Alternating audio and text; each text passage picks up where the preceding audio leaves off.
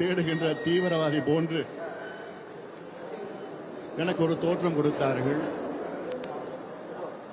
நான் இங்கே பேசினால் பிரச்சனை வரும் என்றெல்லாம் நீதிமன்றத்திலே பரபரப்பாக பேசினார்கள்.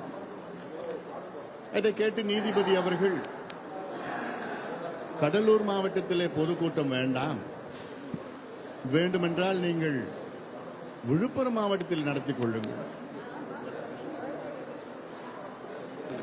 அப்படி கடலூர் மாவட்டத்திலே பொதுக்கூட்டம் நடைபெற வேண்டும் என்றால் என்எல்சி பற்றி நீங்கள் பேச தேவையில்லை.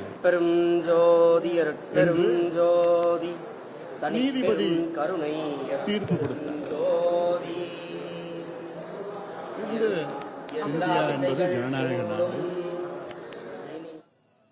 ஒவ்வொரு கட்சிக்கும் ஒரு கொள்கை இருக்கிறது. அந்த கொள்கையை விளக்கி மக்களுக்கு விழிப்புணர்வு ஏற்படுத்துவது ஜனநாயகத்தின் கடமை. அது ஆனாலும் அன்று நீதிபதி சொன்ன வார்த்தைகளை மதிப்பு கொடுத்து அன்றைக்கு அந்த பொதுக்கூட்டத்தை தவிர்த்தோம். அதன் பிறகு ஒவ்வொரு மாதமாக இங்கே வரைய தந்து உங்களை சந்தித்து தான் வருகின்றேன். இன்றைய சந்திப்பு இந்த மாவட்டத்தினுடைய வளர்ச்சி, அது மட்டுமல்ல, சமீபத்தில் வள்ளலார் அவருடைய வாழ்ந்த இடத்தில் பெருவெளியில் தமிழக அரசு வள்ளலார் சர்வதேச மையம் சார்பாக ஒரு அடிக்கல் முதலமைச்சர் அவர்கள் நாட்டினார்கள். அதற்கு முன்பாக கடந்த மாதம் இங்கே வரைய தந்த பொழுது ஊடக நண்பர்கள் மூலமாக முதலமைச்சர் அவர்களுக்கு கோரிக்கை வைத்தேன். அன்று நான் சொன்னேன், தயவு செய்து தமிழக அரசு வள்ளலார் வாழ்ந்த அந்த இடத்திலே எந்த கட்டுமானங்களும் கட்ட வேண்டாம். வள்ளலார் பெயரிலே ஒரு சர்வதேச மையம் என்பது அதை வரவேற்கின்றோம். இந்த மையத்தை வடலூர் அருகில் உள்ள எவ்வளோ இடம் இருக்கிறது, அந்த இடத்திலே பிரம்மாண்டமாக நீங்கள் கட்டிக்கொள்ளுங்கள். எங்களுடைய மருத்துவர் ஐயாவும் ஒரு அறிக்கை அன்று வெளியிட்டார். அந்த அறிக்கையிலே தெளிவாக வெளியிட்டார் ஐயா அவர்கள். வள்ளலார் பெருவெளி அந்த இடத்தை 157 ஆண்டுகளுக்கு முன்பு இந்த ஊர் மக்கள் அவர்களுக்கு கொடையாக கொடுத்தார்கள். அன்றிலிருந்து இன்று வரை அந்த இடம் பாதுகாக்கப்பட்டிருக்கிறது. அந்த இடத்தில் திடீரென்று அந்த பொதுவெளியில் பெருவெளியிலே அங்கே நாங்கள் மையம் அமைப்போம், அங்கே பிரம்மாண்டமாக வளாகத்தை நாங்கள் உருவாக்குவோம் என்றெல்லாம் சொல்வது அதை ஏற்றுக்கொள்ள முடியாது. அதற்கு காரணம் வள்ளலார் அவருடைய விருப்பம். அது அவர் சொன்ன வார்த்தைகள், அவர் எழுதி வைத்தது. அந்த பெருவெளி மக்கள் கூடுகின்ற அந்த இடம், அதில் எதுவும் கட்டுமானங்களோ விவசாயமோ செய்ய வேண்டாம் என்று வள்ளலார் சொன்ன வார்த்தைகள். அது சரி, அது ஒரு பக்கம் வள்ளலார் இருக்கின்றார். நான் கேட்கிறேன், தமிழக அரசுக்கும் வள்ளலாருக்கும் என்ன சம்பந்தம் இருக்கு? உங்களுக்கும் வள்ளலாருக்கும் என்னையா சம்பந்தம் இருக்கு? முதலமைச்சர் அவர்களுக்கும் வள்ளலாருக்கும் என்ன சம்பந்தம் இருக்கு? MRK பன்னீர்செல்வம் அவர்களுக்கும் வள்ளலாருக்கும் என்ன சம்பந்தம் இருக்கு? உங்கள் கட்சி கொள்கைக்கும் வள்ளலாருக்கும் என்ன சம்பந்தம் இருக்கு? எதுக்கு திடீரென்று வள்ளலார் மீது உங்களுக்கு அவ்வளவு பாசம்? என்ன காரணம்?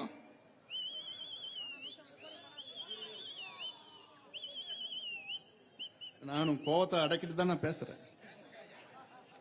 அதான் இன்னைக்கு வள்ளலார் இடத்துக்கு போயிட்டு வந்தேன்.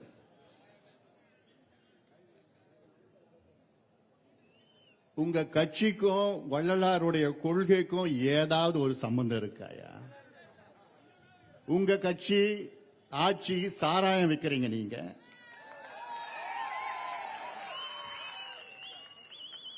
வள்ளலார் கொள்கைக்கும் அதுக்கும் சம்பந்தம் இருக்காயா? தமிழ்நாட்டில் எங்க பார்த்தாலும் கஞ்சா, அபின், காக்கேன், ஹெரோயின் எல்லாம் வித்துட்டு இருக்கிறீங்க. விவசாயத்தை அழிக்கிறீங்க, நீங்க நீர்நிலைகளை அழிக்கிறீங்க, தாலியை அறுக்கிறீங்க. உங்களுக்கும் வள்ளலாருக்கும் என்னையா சம்பந்தம் இருக்கு?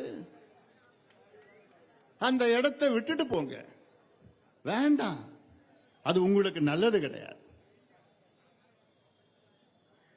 நான் சொல்றது உங்க நன்மைக்காக நான் சொல்றேன். இன்னொன்னு, உங்களுக்கும் ஆன்மீகத்துக்கும் சம்பந்தம் கிடையாது, உங்களுக்கும் கடவுளுக்கும் சம்பந்தம் கிடையாது, உங்களுக்கும் எதுக்குமே சம்பந்தம் கிடையாது. பிறகு எதுக்கியா அதுல போய் கைய வைக்கிறீங்க? நீங்க என்எல்சில கைய வச்சீங்க, சிப்காட்ல கைய வச்சீங்க, சைமான்னு ஒண்ணு கொண்டு வரீங்க, அதுலயும் கை வைக்கிறீங்க. செய்யார்ல அங்க மேல்மா சிப்காட்ல அங்க கைய வைக்கிறீங்க, கும்முடி பூண்டியில அங்க கை வச்சீங்க, இடத்த கை வைக்கிறீங்க, எல்லாம் செய்றீங்க. ஆனா தயவு செய்து வள்ளலார் வாழ்ந்த அந்த மண்ணில் எதுவும் பண்ணாதீங்க. இங்க இருக்கிற மக்களுடைய 100 விழுக்காடு மக்களுடைய எண்ணம், அதுல எந்த கட்டுமானமும் வரக்கூடாது, இருக்கக்கூடாது. வள்ளலார் அவர்கள் விரும்பிய அந்த நிலைதான் தொடர வேண்டும். காரணம், இங்கே இருக்கின்ற அந்த பெருவெள்ளி அந்த மண்ணிலே கடந்த மாதம் தைப்பூசம் அன்று கிட்டத்தட்ட 15 லட்சம் மக்கள் அங்கே கூடினார்கள். அந்த 7 கதவுகளை திறந்து சுத்தி அங்கே இருக்கின்ற 15 லட்சம் மக்கள் அதை பார்ப்பதற்காக உலகம் முழுவதும் அங்கே வந்து அதை பார்வையிட்டார்கள். அதை கெடுக்க நினைக்கின்ற முதலமைச்சர் அவர்களே, எம்ஆர்கே பன்னீர்செல்வம் அவர்களே, அதை தவிர்க்க வேண்டும். உங்களுக்கு பணிவோடு நான் கேட்டுக்கொள்வது, வள்ளலார் அவர்கள் அவருடைய கொள்கை கடவுளுக்கு உருவம் கிடையாது, ஒளி மூலமாக, தீபம் மூலமாக கடவுளை நாம் உணரலாம். அப்படிப்பட்ட ஒரு தீபம், ஒரு ஒளி, அவர் ஏற்றிய ஒளி இன்று வரை அங்கு எரிந்து கொண்டு இருக்கிறது. அந்த ஒளியை பார்ப்பதற்காக ஒவ்வொரு மாதமும் பல லட்சக்கணக்கான மக்கள் அங்க பெருவழியிலே காத்து கொண்டிருக்கின்றார்கள். அந்த இடத்தை, அங்கே இருக்கின்ற 70 ஏக்கர் நிலத்தை கையகப்படுத்தி அங்கே வணிக வளாகம், சர்வதேச வளாகம், அது போன்ற ஒரு கட்டுமானத்தை உருவாக்க வேண்டும் என்ற எண்ணமெல்லாம் அதை நிறுத்தி விடுங்கள். முதலமைச்சர் அவர்களே, வேண்டாம், உங்களுக்கு வேண்டாம். நீங்க நல்லா இருக்கணும், உங்க குடும்பம் நல்லா இருக்கணும், எம்ஆர்கே நல்லா இருக்கணும், அவர் குடும்பம் நல்லா இருக்கணும். அதான் என்னுடைய விருப்பம். ஏன்னா நான் வள்ளலார் மண்ணை தொட்டுட்டு வந்தேன். அதுல கை வைக்காதீங்க. இது நான் உணர்வுபூர்வமா உங்களுக்கு நான் சொல்றேன். நான் வேண்டாம். இங்க இருக்கிற 100 விழுக்காடு மக்கள் இங்க மட்டும் கிடையாது, இங்க வடலூர்ல மட்டும் கிடையாது, இந்த மாவட்டத்தில் மட்டும் கிடையாது, தமிழ்நாட்டில் மட்டும் கிடையாது, உலகில் வாழ்கின்ற அத்துணை வள்ளலார் பக்தர்கள் இது விருப்பம் கிடையாது. கைய வைக்காதீங்க, வேண்டாம்.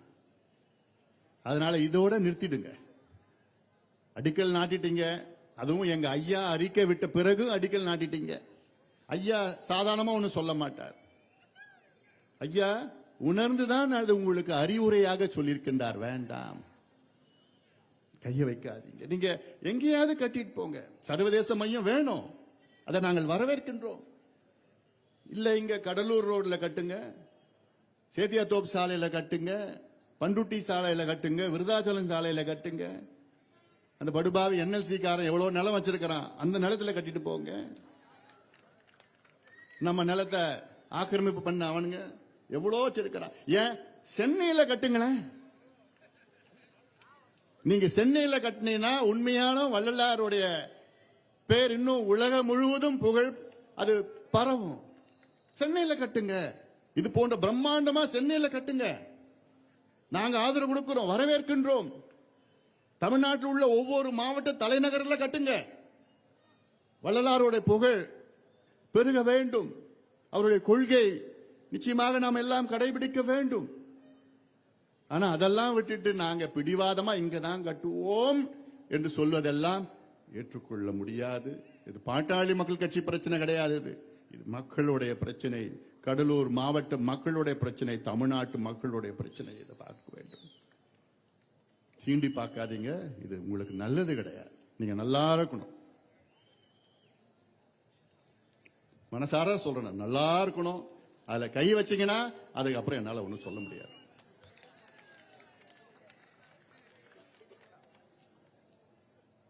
அதுல ஒரு சில வதந்திகள்,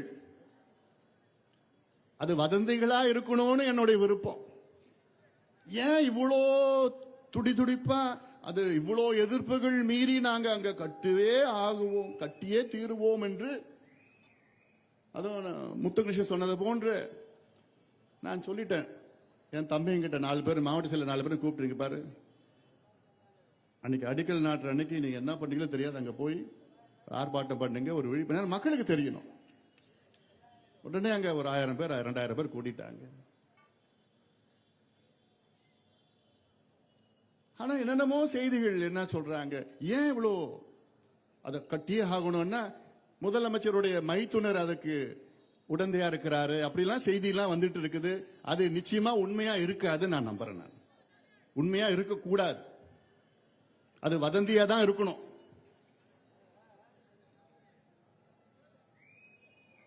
வதந்தியா தான் இருக்கும். அப்படிதானே? அமைதியா இருக்கிறார்.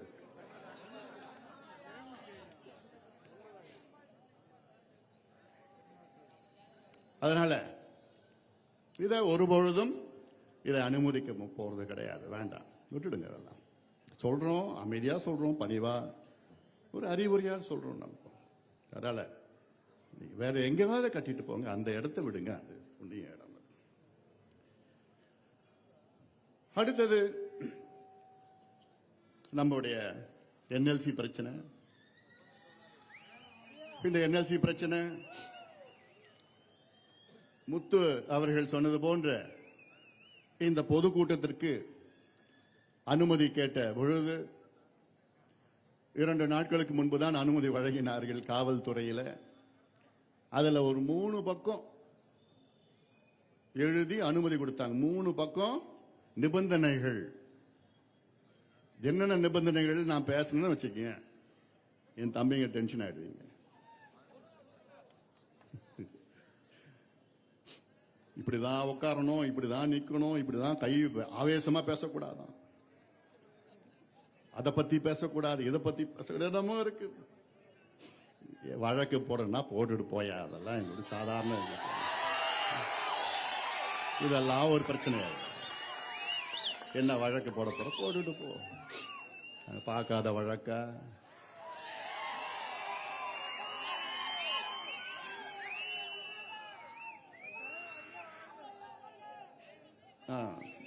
Control control. எனக்கே நான் சொல்லிக்கிறேன்.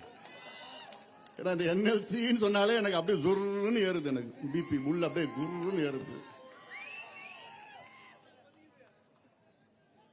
இது நான் பாட்டாளி மக்கள் கட்சி இந்த என்எல்சி பிரச்சனையில் கட்சி தொடங்குவதற்கு முன்பாகவே இருந்து இதற்காக போராட்டம் செய்து வருகின்றோம். வன்னியர் சங்க காலத்திலிருந்து 40 ஆண்டு காலமாக மண்ணை இழந்த மக்களுக்கு இழப்பீடு கொடுக்க வேண்டும், நிலம் கொடுத்தவர்களுக்கு வேலைவாய்ப்பு வழங்க வேண்டும் என்ற கோரிக்கையை வலியுறுத்தி எத்தனையோ போராட்டங்கள், ஆர்ப்பாட்டங்கள். மற்ற அந்த நேரத்தில் சில கட்சிகள் தோன்றவில்லை, சில கட்சிகள் இருந்தும் வாய் திறக்கவில்லை. ஆனாலும் அன்றிலிருந்து இன்று வரை தொடர்ந்து போராடி வந்திருக்கின்றோம்.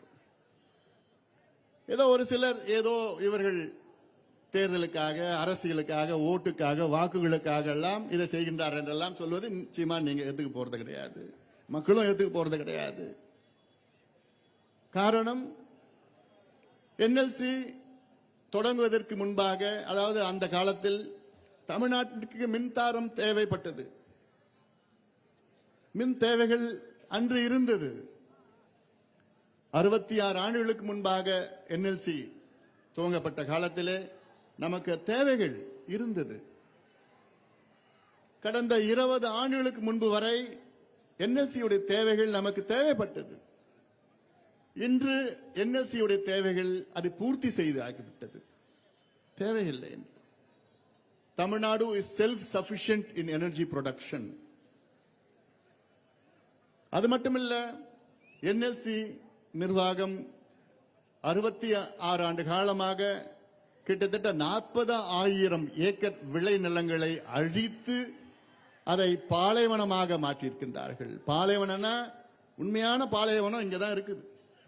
உங்களுக்கெல்லாம் நீங்க பார்த்திருப்பீங்க, ஒரு புல்லு பூண்டு கூட அங்க வளரல. அந்த நிலம் எப்படி இருந்த நிலம்? முப்போகம் விளைந்த நிலம். நம்ம பாட்டம் பூட்டம் எல்லாமே அந்த நிலத்துல தான் விவசாயம் பண்ணாங்க.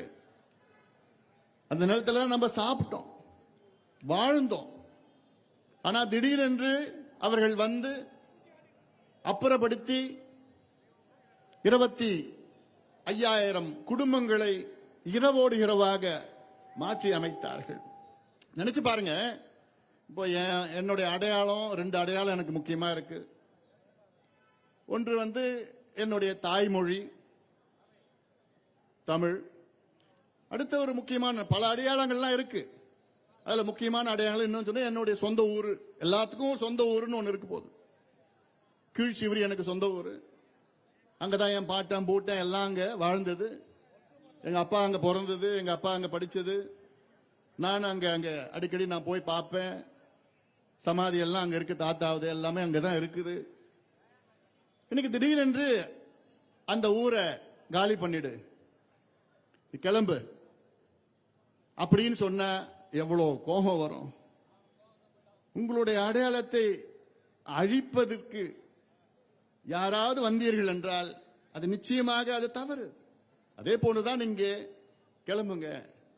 விஜயமான் நகரத்தில் அங்க நாங்க ஒதுக்கி உங்களுக்கு இடம் கொடுத்திருக்கிறோன்னு ராவோடு ராவாக அங்கே அனுப்பி வைத்தார். குழந்தை கையெல்லாம் குழந்தைகள். நம்முடைய தனவேல் அவர்கள் ஐஏஎஸ், ஓய்வு பெற்ற ஐஏஎஸ், அவங்க குடும்பத்தை சேர்த்து எல்லாமே அங்க அப்புறப்படுத்திட்டாங்க. இப்படி ஒரு நிலை யாருக்கும் வரக்கூடாது. என்எல்சி உடைய தேவைகள் இருந்தா பரவாயில்லை. ஆனால் இன்னைக்கு தமிழ்நாட்டிலுடைய மின் தேவைகள் 17,000 மெகாவாட். தமிழ்நாடுடைய மின் உற்பத்தி 36,000 மெகாவாட், 2 மடங்கு அதிகமா இருக்கு. இது தனியார் அரசு சேர்ந்து நான் சொல்றது. நான் அதுல என்எல்சி உடைய இங்க நெய்வேலி உள்ள என்எல்சி உடைய உற்பத்தி கிட்டத்தட்ட 2,400 மெகாவாட். இந்த 2,400 மெகாவாட்ல தெலுங்கானாவுக்கு கொஞ்சம் கொடுக்கறான், ஆந்திராவுக்கு கொடுக்கறான், கர்நாடகா கொடுக்கறான், பாண்டிச்சேரி கொடுக்கறான், கேரளா கொடுத்துட்டு நமக்கு சொற்ப கரண்ட் கொஞ்சம் கொடுக்கறாங்க. இந்த சொற்ப கரண்ட்டுக்காக நம்ம 40,000 ஏக்கர் நம்ம இழந்துட்டோம். அவனுக்கு இன்னும் 50,000 ஏக்கர் விளைநிலங்கள் வேண்டும் என்று கோரிக்கை அரசிடம் வைத்திருக்கின்றார்கள். அரசும் அது என்ன காரணம் எனக்கு ஒன்றும் புரியல. அமைச்சரை கேட்டா எனக்கு வந்து எங்க தலைமை எங்களுக்கு வற்புறுத்தது. ஏன் அது எடுத்து சொல்லுறது? இங்க நிலைப்பாட்டை சொல்ல வேண்டும். அப்படி ஒரு காரணத்தை சொல்கிறார்கள். அதனால இது ஏன்னா இதுக்கு அப்புறம் என்னன்னா உங்களுக்கு தெரியும், கடந்த 2 ஆண்டு காலமாக ஒவ்வொரு ஊராக வந்தோம். ஒரு முதலில் விழிப்புணர்வு பிரச்சாரத்தை மேற்கொண்டோம். அதன் பிறகு 2 நாள் நடைபயணத்தை மேற்கொண்டேன். அதன் பிறகு 1 நாள் முழுவதும் கடையெடுப்பு போராட்டத்தை நடத்தினோம். எல்லாமே ஆதரவு கொடுத்தாங்க. அதன் பிறகு 1 நாள் பூட்டு போடுற போராட்டம், அடையாள பூட்டு போடுற போராட்டத்தை நடத்தணும். அதுக்கப்புறம் கருத்து கேட்கிற கூட்டம் நடத்தணும். அதுக்கப்புறம் 100 விவசாய சங்கங்களை அழைத்து அதற்கு பேசணும். எல்லாம் பேசியும் அதன் பிறகு திடீர்னு நம்முடைய தலைமை செயலகத்தில் ஒரு கூட்டம் நடந்தது, அமைச்சர்கள் கூட்டம். அழையா விருந்தாளியாக அங்க நான் போய் உட்கார்ந்துக்கிட்டு நான் பேசி சண்டை போட்டேன். நான் எதுக்கு சண்டை போட்டேன்? இந்த மண்ணையும் மக்களையும் காப்பாற்ற வேண்டும் என்று. இது நம்முடைய கடமை. இது என்னுடைய கடமையா நான் பார்க்கிறேன். நான் தமிழ்நாட்டில் உள்ள எத்தனை கட்சிகள், எவ்வளவு கட்சிகள் இருக்கிறது. மற்ற கட்சிகள் எல்லாம் குறையா நான் சொல்லல, நான் உண்மையை சொல்றேன். நான் மற்ற கட்சிகள் எல்லாம் அடுத்த தேர்தல் எப்படி வெற்றி பெறலாம் என்றுதான் பார்க்கிறார்கள். ஆனால் பாட்டாளி மக்கள் கட்சி அடுத்த தலைமுறையை எப்படி வாழ வைக்க வேண்டும் என்று நம்முடைய நோக்கம், நம்முடைய எண்ணம். அதனால்தான் எனக்கு வலிக்குது. மற்ற கட்சிகளுக்கு ஏதோ அடையாளமாக போராட்டம் செய்வார்கள், அவ்வளவுதான். ஆனா எனக்கு உண்மையிலே வலிக்குது, ஐயாவுக்கு வலிக்குது. எதுக்கு?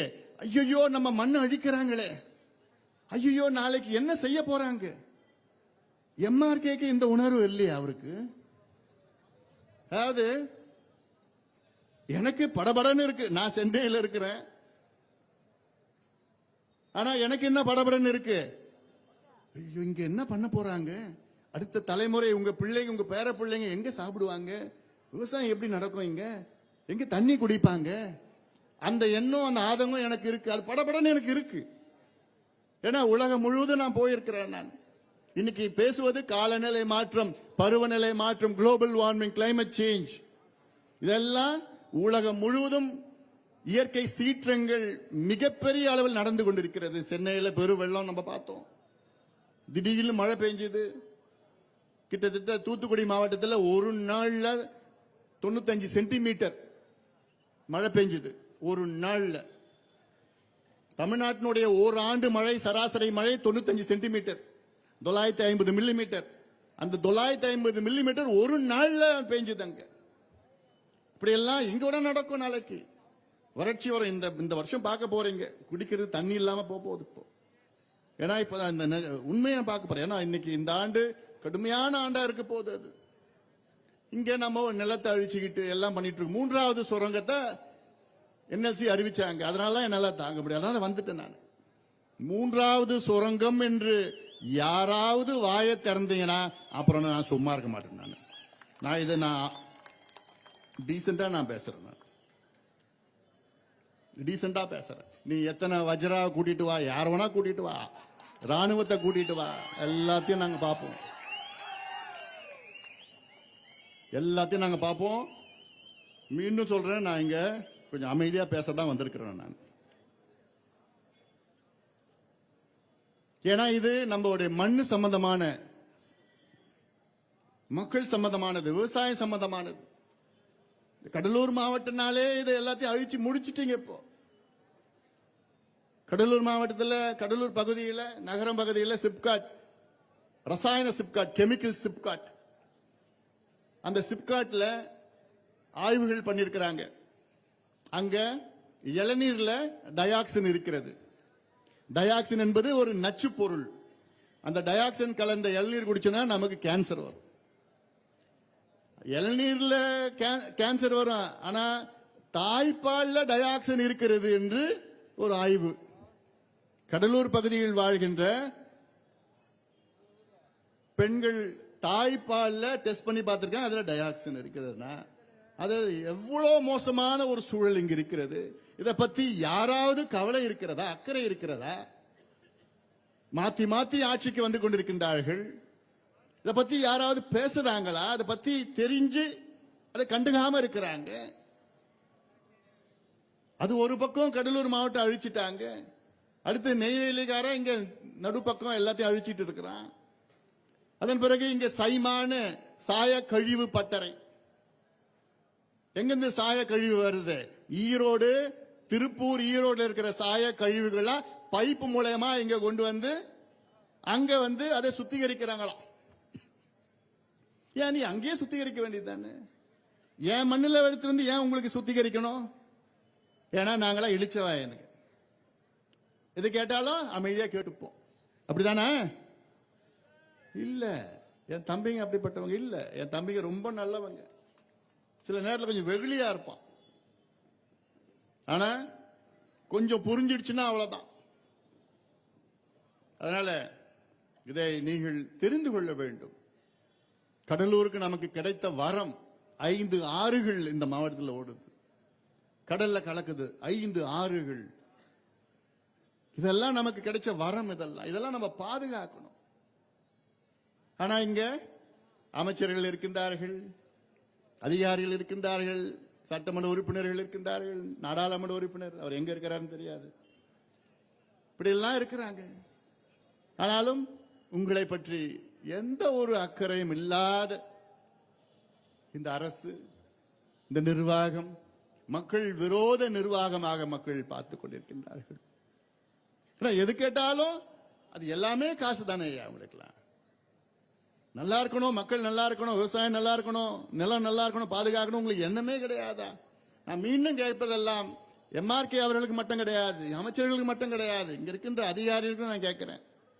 இந்த மண்ணை அடிச்சிட்டு நீங்க அப்புறம் என்னதான் நீங்க சாதிக்க போறீங்க? நாளைக்கு சாப்பாட்டுக்கு என்ன வழி இருக்கிறது? இதெல்லாம் நீங்கள் கண்டுகொள்ள வேண்டும். சமீபத்தில் தமிழக அரசு பஞ்சு மிட்டாயை தடை பண்ணாங்க. அது கேள்விப்பட்டிருக்கீங்கல்ல? அதான் சொல்றேன். ஏயா, பஞ்சு மிட்டாயை தடை பண்றீங்களே, அதோட ஒரு கொடுமையான சாராயத்தை எப்பயா தடை பண்ண போறீங்க நீங்க? அதை விட மோசமா கஞ்சா வித்துட்டு இருக்கிறானுங்க. அபின் காக்கே நேரம் எங்க பார்த்தாலும் தெரு தெருவா பொட்டலமா வித்துட்டு இருக்கிறானுங்க. இப்ப சமீபத்தில் கூட ஆளுங்கட்சியை சார்ந்த ஒரு நபர் 2000 கோடி ரூபாய்க்கு போதைப் பொருட்கள் விற்பனை செய்திருக்கின்றார்கள். எல்லாம் தெளிவா இருக்கிறீங்க, எல்லாம் அப் டு டேட்டா இருக்கிறீங்க, வச்சிருக்கிறீங்க. அதெல்லாம் உங்க கண்ணில் தெரியலையே. இந்த கஞ்சா சம்பந்தமாக முதலமைச்சர் அவரிடம் 3 முறை நேரிலே சந்தித்த நேரத்தில் நான் கெஞ்சினேன். நான் முதலமைச்சர் கெஞ்சின, உண்மையிலே நான் கெஞ்சினேன். என்னன்னு, ஐயா எப்படியாவது இந்த கஞ்சாவை ஒழிக்கணும், உங்க தலைமையில மாதம் ஒரு கூட்டம் நடத்துங்க, மாதம் நடத்தி காவல்துறையை கண்டிப்புடன் நடந்துக்குங்க. ஏன்னா காவல்துறைக்கு தெரியாம யாரும் ஒரு பொட்டலும் கஞ்சா எங்கேயும் வைக்க முடியாது. உண்மைதானே அது? ஆனா இப்போ தெரு தெருவா, வீதி வீதியா, பள்ளிக்கூடமா, கல்லூரியா இங்க வித்துட்டு இருக்கிறானுங்க. வகுப்புல போய் உட்கார்ந்துட்டு இருக்கிறான் போதையில். அப்படி என்ன நடக்குதுன்னே தெரியல. நான் சொல்றது கல்லூரி பிள்ளைங்கள்ல, பள்ளிக்கூடத்தை படிக்கிறவங்க. ஆனா இந்த ஆட்சிக்கு கொஞ்சம் கூட அவங்களுக்கு கொஞ்சம் சொரண கூட இல்லை. இதுல எத்தனை பிரச்சனை, எத்தனை பிள்ளைங்க இதுல பாதிக்கப்படுறாங்க. 3 தலைமுறைகளை மதுவால் அழித்து விட்டீர்கள். இப்பொழுது கஞ்சாவால் அடுத்த தலைமுறையும் அழித்து கொண்டிருக்கிறீர்கள். உங்களுக்கு கொஞ்சம் கூட வலிக்கலையா மனசுல? மனசாட்சி இருக்குதே இல்லையா உங்களுக்கெல்லாம்? எங்களுக்கு வலிக்குதுயா, எங்களுக்கு வலிக்குது. அதான் எங்களுக்கு பிரச்சனையே அதுதான். உணர்வுபூர்வமா நாங்கள் அரசியல் செய்கின்றவர்கள், பொது வாழ்க்கையில் இருப்பவர்கள். நீங்க வியாபாரத்துக்காக அரசியல் செய்து கொண்டிருக்கிறீர்கள். நாங்க மக்களுக்காக, உங்களுக்காக, உங்கள் உரிமைகளுக்காக, உங்கள் விவசாயத்திற்காக, நிலத்திற்காக, நீர்நிலைக்காக, உங்கள் கல்விக்காக, சுகாதாரத்திற்காக, வேலை வாய்ப்புக்காக, சமூக நீதிக்காக பொது வாழ்க்கையில் இருக்கணும், அரசியல் நடத்தி கொண்டிருக்கின்றோம். எங்களை வழி நடத்துபவர் மருத்துவர் ஐயா அவர்கள் ஒரு போராளி. இந்தியாவிலே 6 இடஒதுக்கீடுகளை பெற்று தந்தவர் மருத்துவர் ஐயா அவர்கள் சமூக நீதி போராளி. ஆனா உங்களுக்கும் சமூக நீதிக்கு ஏதாவது சம்பந்தம் இருக்கா ஐயா? சமூக நீதின்னு பேசினா போதாது, அதை நடைமுறைப்படுத்த வேண்டும். மருத்துவர் ஐயா அவர்கள் வன்னிய சங்கத்தை தொடங்கிய காலத்தில் கிட்டத்தட்ட 44 ஆண்டுகளுக்கு முன்பு வன்னிய சங்கத்தை தொடங்கிய அந்த மாநாட்டிலே முதல் தீர்மானம் தமிழ்நாட்டிலே சாதிவாரி மக்கள் தொகை கணக்கெடுப்பு நடத்தும். முதல் தீர்மானம். இந்த 44 ஆண்டு காலமாக மருத்துவர் ஐயாவுடைய கோரிக்கை, எத்தனையோ போராட்டங்கள், ஆர்ப்பாட்டங்கள், எத்தனையோ அழுத்தங்கள், கடிதங்கள், அனைத்து முதலமைச்சர்களையும் ஐயா அவர்கள் சந்தித்து நேரிலே வலியுறுத்தி, எம்ஜிஆர் அவர்களை சந்தித்து எப்படியாவது கொண்டு வாருங்கள் சாதிவாரி கணக்கெடுப்பு. பிறகு ஜானகி அம்மையாரை சந்தித்தார். ஆளுநர் ஆட்சி PC அலெக்சாண்டர் ஆளுநராக இருந்த நேரத்தில் அவரையும் சந்தித்தார். அதன் பிறகு கலைஞர் அவர்களை சந்தித்தார். அதன் பிறகு ஜெயலலிதா அம்மையாரை சந்தித்தார். அதன் பிறகு எடப்பாடி பழனிசாமி அவர்களையும் சந்தித்தார். இப்பொழுது ஸ்டாலின் அவர்களையும் சந்தித்தார். சந்தித்து வலியுறுத்தி அழுத்தம் கொடுத்து விளக்கம் சொல்லி, உண்மையிலே உங்களுக்கு சமூக நீதி மீது அக்கறை இருந்தால் நிச்சயமாக நீங்கள் சாதிவாரி கணக்கெடுப்பு நடத்த வேண்டும், நடத்துங்கள் என்று தொடர்ந்து மருத்துவர் ஐயா அவர்கள் வலியுறுத்தி வருகிறார்கள்.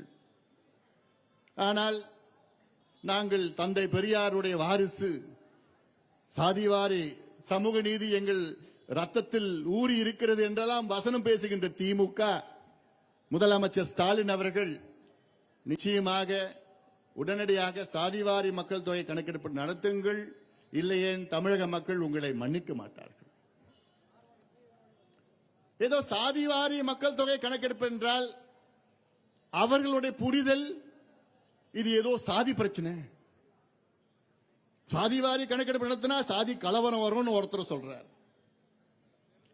இன்னொருத்தர் சொல்றார் சாதிவாரி கணக்கெடுப்பு நடத்தினா இவங்க இந்த சாதி அதிகமா சீட்டு கேட்பாங்க, இந்த சாதி அதிகமா மந்திரி கேட்பாங்க, இந்த சாதி அதிகமா எம்எல்ஏ கேட்பாங்க. அவங்களுடைய கண்ணோட்டம் அப்படிதான் இருக்கும். சாதிவாரி கணக்கெடுப்பு என்பது தமிழ்நாட்டில் மட்டுமல்ல, இந்தியாவிலேயே சாதி அடிப்படையில் தான் இடஒதுக்கீடு கொடுக்கிறார்கள். கல்வியிலும் வேலை வாய்ப்பிலும் இடஒதுக்கீடு நமக்கு எப்படி கிடைக்குது? மதம் அடிப்படையிலையா, மொழி அடிப்படையிலையா, இனம் அடிப்படையிலையா, மாநிலம் அடிப்படையிலையா? இல்ல, சாதி அடிப்படையிலே தான். காரணம், அதற்கு காரணம் 2300 ஆண்டுகளாக சாதியை வைத்துதான் நமக்கு அடக்குமுறைகள் எல்லாம் நடைபெற்றுக் கொண்டிருக்கிறது. அந்த காலத்திலிருந்து இந்த காலம் வரை இன்று வரை அடக்குமுறைகள் தான் இது. அதனால்தான் அந்த சாதி அடிப்படையிலே தான் இடஒதுக்கீடு, கல்வி, வேலையை கொடுத்தால்தான் சமுதாயங்கள் முன்னுக்கு வரும்.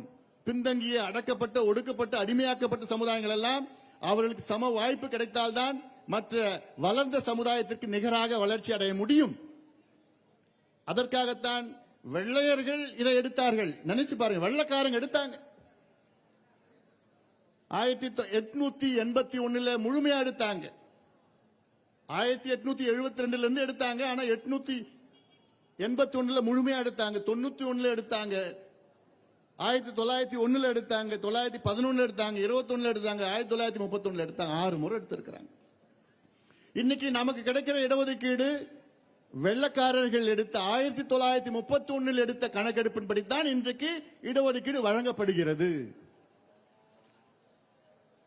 கிட்டத்தட்ட 93 ஆண்டுகளுக்கு முன்பு எடுத்த கணக்கு தான் இது. பழைய கணக்கு அது. அன்று எடுக்கப்பட்ட நேரத்திலே தமிழ்நாடு என்ற மாநிலம் இல்லை, சென்னை மாகாணம், மெட்ராஸ் பிரசிடென்சி. இது ஹைதராபாத்துக்கு தெற்க, பெங்களூர் சேர்த்து, மைசூரை தவிர்த்து, கேரளாவிலே திரவாங்கூர் பகுதியை தவிர்த்து மற்ற இடமெல்லாம் சென்னை மாகாணம். அதிலே கணக்கெடுப்பு நடத்தி இந்த சமுதாயம் இவ்வளவு இருக்கிறது என்றெல்லாம் கணக்கெடுப்பு நடத்தினார்கள். இன்று வரை அந்த அடிப்படையிலே தான் நமக்கு இடஒதுக்கீடு கல்வியிலும் வேலை வாய்ப்பிலும் வழங்கப்படுகிறது. இது எவ்வளவு மோசடி இது. சரி, இவ்வளவு காலத்திற்கு பிறகு எந்த சமுதாயம் வளர்ந்திருக்கிறது, எந்த சமுதாயம் தாழ்ந்திருக்கிறது என்ற கணக்கெடுப்பு நடத்த வேண்டாமா, வேண்டுமா? நிச்சயமாக வேண்டும். அப்படி நடத்தினால்தான் உங்களுக்கு உண்மையான சமூக நீதி நிலைநாட்ட முடியும். அதற்கு மாறாக நாங்க நடத்த மாட்டோம், மத்திய அரசு தான் நடத்தணும், எங்களுக்கு அதிகாரம் இல்லை என்று முதலமைச்சர் சொல்வதெல்லாம் இது ஏமாற்று வேலை. இது முதலமைச்சர் சொல்வது இது ஏமாற்று வேலை. பீகாரிலே சாதிவாரி கணக்கெடுப்பு நடத்தினாங்க. அவங்களுக்கு என்ன மத்திய அரசு அதை எதிர்ப்பு தெரிவித்தார்களா? இல்ல. பீகாரிலே சாதிவாரி கணக்கெடுப்பு நடத்தி இடஒதுக்கீட்டை அதிகப்படுத்தியிருக்கின்றார்கள். 60 விழுக்காடு இடஒதுக்கீடு இன்று பீகாரில் 75 விழுக்காடாக உயர்ந்திருக்கிறது. அது மட்டுமல்ல, அவர்கள் எடுத்த சாதிவாரி கணக்கெடுப்பு, இப்போ உங்களுக்கு சாதின்னு பேர் இல்ல பிரச்சனைனா நீங்க வேற சமூக நீதி கணக்கெடுப்புன்னு அறிவிச்சிடுங்க. உங்களுக்கு சாதி தான் பிரச்சனையா? திமுகவுக்கு சாதி அந்த பேரு பிடிக்கலையா? வேற பேர்ல எடுத்துங்க, சமூக நீதி கணக்கெடுப்பு நடத்துங்க. சாதி வச்சுதான் நீங்க அரசியலே பண்றீங்க. திராவிட கட்சிகள் சாதி வச்சுதான் அரசியலே பண்றாங்க. எந்த சாதி அதிகமா இருக்கோ அந்த சாதிக்கு தான் நீங்க மாவட்ட செயலாளர் கொடுக்குறீங்க. எந்தெந்த மாவட்டத்தில் அந்த சாதி எதுக்கு அங்கதான் அவங்களுக்கு தான் எம்எல்ஏ கொடுக்குறீங்க, எம்பி கொடுக்குறீங்க. இந்த சாதிக்கு இவ்வளவு அமைச்சர்கள், அந்த சாதிக்கு அவ்வளவு அமைச்சர்கள் என்று சாதி அடிப்படையில் தான் நீங்கள் அரசியல் செய்கிறீர்கள், பிரித்து கொடுக்கிறீர்கள். அதன் பிறகு உங்களுக்கு என்ன பிரச்சனை இருக்குது? கணக்கெடுப்பு நடத்தினால்தான் உண்மை நிலவரம் தெரியும். நான் சொல்றது குறியீடுகள். குறியீடுகள் என்றால் என்ன? எந்தெந்த சமுதாயத்தில் இவர்கள் வளர்ந்திருக்கின்றார்களா, படித்திருக்கின்றார்களா, இவர்களுக்கு எத்தனை பேருக்கு குடிசையில் வாழ்ந்து கொண்டிருக்கின்றார்கள், இவர்கள் எத்தனை பேருக்கு வீட்டிலே கழிப்பறைகள் இருக்கிறது, எவ்வளவு பெரிய வீடு இருக்கிறது, இவர்கள் வீட்டிலே படித்தவர்கள் இருக்கின்றார்களா, பட்டதாரிகள் எத்தனை பேர் இருக்கின்றார்கள், அரசு வேலையில் எத்தனை பேர் இருக்கின்றார்கள், சுகாதார நிலை எப்படி இருக்கிறது, சுற்றுச்சூழல் எப்படி இருக்கிறது எல்லாம் ஒரு 20-25 குறியீடுகள் இருக்கிறது, இண்டிசஸ் இருக்கிறது. அதை கணக்கெடுப்பு நடத்துவது தான் சாதிவாரி கணக்கெடுப்பு. தலை என்றது கிடையாது. யார் யார் எத்தனை பேர் எத்தனை சாதி இருக்குது எத்தனை தலையில் இருக்கிற அது என்றது வேண்டாம். அது எங்களுக்கு தேவையே இல்லை. எங்களுடைய நிலைப்பாடு தமிழ்நாட்டில் கிட்டத்தட்ட 436 சமுதாயங்கள் சாதிகள் இருக்கிறது. அத்துணை சமுதாயங்களுடைய நிலைப்பாட்டை தெரிந்து கொள்ள வேண்டும். அதற்கேற்ப திட்டங்கள் வியூகங்கள் அமைக்கணும். இதான் உண்மையான நிர்வாகம். ஆனால் அதெல்லாம் ஏமாற்றி தவிர்த்து சாதிவாரி கணக்கெடுப்பு நடத்தினா பிரச்சனை வரும். எங்களுக்கு அதிகாரம் இல்லை. யாருக்கு அதிகாரம் இல்லைன்னு சொல்றீங்க? அப்பன்னா பீகார்ல இருக்கவங்க எல்லாம் கண்ட்ரோல் பண்ணிக்கோ. பீகார்ல இருக்கவங்க எல்லாம் அறிவில்லாதவங்களாங்க? இல்ல ஆந்திராவில் இருக்கவங்க அறிவு இல்லையா அவங்களுக்கு? தெலுங்கானாவில் இருக்கலாம் அறிவு கிடையாதா? இல்ல கர்நாடகாவில் நடத்தி முடிச்சுட்டாங்க, ஒரிசாவில் நடத்திட்டு இருக்கிறாங்க. இந்தியாவில் 6 மாநிலங்களில் சாதிவாரி கணக்கெடுப்பு நடத்திட்டு இருக்கிறாங்க. ஆனா இங்க எங்களுக்கு அதிகாரம் இல்லை. மத்திய அரசுக்கு இருக்கு. முதல்ல சென்சஸுக்கும் சர்வேக்கும் முதல்ல தெரிஞ்சுக்குவாங்க. சென்சஸ் வேற, சர்வே வேற. நாங்க கேட்கறது சர்வே. இந்தியன் ஸ்டாட்டிஸ்டிக்கல் ஆக்ட் 2008 படி சாதாரண பஞ்சாயத்து தலைவரும், சாதாரணமா நான் சொல்லக்கூடாது, பஞ்சாயத்து தலைவருக்கும் சாதிவாரி கணக்கெடுப்பு நடத்துவதற்கு அதிகாரம் இருக்கிறது. 2008 ஸ்டாட்டிஸ்டிக்கல் ஆக்ட் 2008 ஸ்டாட்டிஸ்டிக்கல் ஆக்ட் படி, இந்தியன் ஸ்டாட்டிஸ்டிக்கல் ஆக்ட் படி பஞ்சாயத்து தலைவருக்கும் சாதிவாரி கணக்கெடுப்பு நடத்துவதற்கு அதிகாரம் இருக்கிறது. இங்க முதலமைச்சருக்கு அதிகாரம் கிடைக்காதா என்ன? யாரை ஏமாத்த பாக்குறீங்க? யாரையா ஏமாத்துறீங்க நீங்க? கேட்கறது ஆனா பேசுறது சமூக நீதி எங்கள் மூச்சு. என்ன மூச்சான்?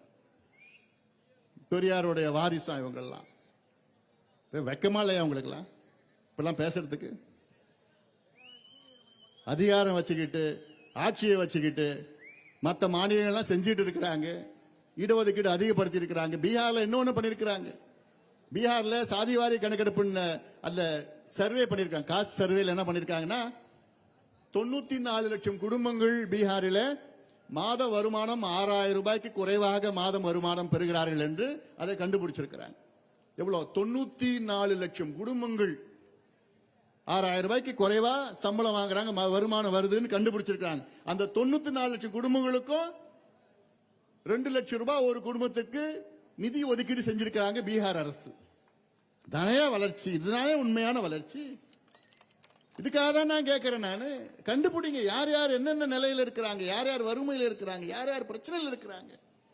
கணக்கெடுப்பு நடத்தினாதான் உங்களுக்கு தெரியும் அதெல்லாம். ஆனா நாங்க பண்ண மாட்டோம். ஏன்? மத்திய அரசு பண்ணணும். எல்லாத்துக்கும் நீ மத்திய அரசு கூட சண்டை போட்டுட்டு இருக்கிற. இப்ப உனக்கு இருக்கு அதிகாரம் இருக்கு, ஆனா மத்திய அரசு தான் பண்ணணும். முதலமைச்சர் அவர்களே, எங்களுக்கெல்லாம் ரொம்ப வருத்தமா இருக்கு. சமீபத்தில் எங்க சட்டமன்ற உறுப்பினர் 5 பேரும் சட்டமன்றத்தில் பேசி வெளிநடப்பு செஞ்சிருக்கிறாங்க. அப்பயும் முதலமைச்சர் சொல்றாரு, எங்களுக்கு உங்களுக்கு கருத்துக்கு மாற்று கருத்துக்கு இல்ல, ஆனா எங்களுக்கு அதிகாரம் இல்லை. வேடிக்கையா இல்லையா உங்களுக்கு? வேடிக்கையா இல்லையா உங்களுக்கு? ஆந்திராவில் பண்ணிட்டு இருக்கிறாங்க, தெலுங்கானால பண்ணிட்டு இருக்கிறாங்க, ஒரிசால பண்ணி முடிச்சுட்டாங்க, கர்நாடகாவில் பண்ணி முடிச்சுட்டாங்க, பீகார்ல பண்ணி முடிச்சுட்டாங்க. அப்போ உங்களுக்கு அதிகாரம் இல்லை, அவங்களுக்கு எப்படி அதிகாரம் இருந்தது? என்ன பிரச்சனை தெரியுமா? முதலமைச்சர் ஸ்டாலின் அவர்களை சுத்தி ஒரு 4 வியாபாரிகளை சுத்திட்டு இருக்கிறாங்க. வியாபாரிகள் யாரு? அமைச்சர்கள். 4 அமைச்சர்கள் வியாபாரிகளா இருக்கிறார்கள். அவர் அமைச்சர்கள் கிடையாது, வியாபாரிகள். அவங்களுக்கு என்னன்னா எப்படி வியாபாரம் செய்யணும், எப்படி பணத்தை சம்பாதிக்கணும், சம்பாதிச்சு அடுத்த தேர்தலில் எப்படி செலவு பண்ணி வெற்றி பெறணும், அதுதான் அவங்களோட நோக்கம். அவங்களுக்கு சமூக நீதி பத்தியும் தெரியாது, மக்கள் வளர்ச்சி பத்தியும் தெரியாது, வறுமை ஒழிப்பு பத்தியும் தெரியாது, விவசாயத்தை பத்தியும் தெரியாது, நீர்நிலைகள் பாதுகாப்பு பத்தியும் தெரியாது, சுற்றுச்சூழலை பத்தி ஒரு கடுகளவும் தெரியாது, ஒரு மண்ணும் தெரியாது. என்ன கிளறி விடாது, அமைதியா. நான் மட்டும் அமைதியா பேசிட்டு இப்படி அவருடைய ஆலோசனை கேட்டுக்கிட்டு முதலமைச்சர். ஆனா இன்னைக்கு ஒன்னே ஒன்று சொல்றேன். இன்னைக்கு சென்னையில கலைஞர் அவருடைய நினைவிடத்தை திறக்கிறது. இன்னைக்கு திறந்துட்டு இருக்கிறாங்க, இந்நேரம் திறந்திருப்பாங்கன்னு நினைக்கிறேன். அது நானும் போயிருக்கணும், இன்னைக்கு பொதுக்கூட்டத்தினால நான் போல. கலைஞர் அவர்கள் ஒரு மூத்த அரசியல் தலைவர். எனக்கு நான் அவரை மிகவும் மதிக்கின்ற ஒரு தலைவர் கலைஞர் அவர்கள். இன்னைக்கு கலைஞர் அவர்கள் உயிரோடு இருந்திருந்தால் நிச்சயமாக அவர் அறிவித்திருப்பார்கள். அறிவித்து அது மட்டும் அறிவித்திருக்க மாட்டார்கள், கூடவே வன்னியர்களுக்கு 10.5 விழுக்காடு இடஒதுக்கீடையும் கலைஞர் அவர்கள் அறிவித்திருப்பார்கள். நிச்சயமாக செஞ்சிருப்பார். ஆனால் இப்போ இருக்கின்ற முதலமைச்சர் அவர்கள், அவரை சுத்தி இருக்கிற ஒரு 4-5 பேர் இருக்கிறாங்க, அவரை தவறாக வழி நடத்துகிறார்கள். தவறான ஆலோசனைகள் அவர்களுக்கு சொல்லிக் கொடுத்துக் கொண்டிருக்கிறார்கள். அதுல ஒண்ணு பாத்தீங்கன்னா, சட்டசபையில் ஒரு அமைச்சர் பேசுறார். நம்முடைய ஜி.கே. மணி அவர்கள் பேசுகின்ற நேரத்தில் அதை குறுக்கிட்டு ஒரு அமைச்சர் அவர்கள் பேசுகிறார்கள். வன்னியர்கள் 12% வன்னியர்கள் வந்து வேலை வாய்ப்பு கிடைச்சிருச்சு, 12% வளர்ச்சி அடைஞ்சிட்டாங்க, 12% இவங்களுக்கு கல்வியில வேலை வாய்ப்புல வந்துருச்சு, என்னென்னமோ தவறான கருத்துக்கள் சொல்லிக் கொண்டிருக்கிறார். அது தவறான கருத்து. அதான் கேட்கிறேன், நீ உனக்கு சர்வே எடுத்து அது வெளியிடு, நாங்க நம்புறோம். நீ வெளியிடு, அதுதான் நாங்க கேட்கிறோம். யார் யார் எந்த நிலையில இருக்கிறோம் தெரிஞ்சுக்கிட்டோம். இன்னைக்கு வன்னியர்களுக்கு கிட்டத்தட்ட 18-20 விழுக்காடு இடஒதுக்கீடு வந்திருக்கணும். ஏன் நான் சொல்றேன்னா, இது ஜாதி பிரச்சனையா பார்க்க கூடாது. எல்லா சமுதாயத்திற்காக தொடங்கப்பட்ட கட்சி பாட்டாளி மக்கள் கட்சி. ஆனால் இன்று 2 பெரிய சமுதாயங்கள் தமிழ்நாட்டில் இருக்கிறது. ஒன்று தாழ்த்தப்பட்ட சமுதாயம், அடுத்தது வன்னியர் சமுதாயம். இந்த 2 சமுதாயங்கள் கிட்டத்தட்ட தமிழ்நாட்டினுடைய 40 விழுக்காடு மக்கள் தொகையில் இருக்கின்றார்கள். இந்த 2 சமுதாயங்களும் வளர்ந்தால் தமிழ்நாடு வளர்ந்துடும். அதான் எங்களுடைய நோக்கமாக இருக்கிறது. ஆனால் அவருடைய நோக்கமெல்லாம் அரசியலை வைத்து குளிர்காய்ந்து மக்களை திசை திருப்பி இருவருக்கும் சண்டை மூட்டி விட்டு பிரச்சனைகள்லாம், அதெல்லாம் நிறைய பிரச்சனைகள்லாம் பண்ணிட்டு இருக்கிறாங்க. நான் மீண்டும் சொல்கின்றேன், அந்த அமைச்சர் சட்டமன்றத்தில் பேசுகிறார், 12% உங்களுக்கு கிடைச்சிருச்சு, எதுக்கு நீங்க பத்திரிக்கை கேட்கறீங்க? ஏன் முதல்ல தகவல் வெளியிடுங்க.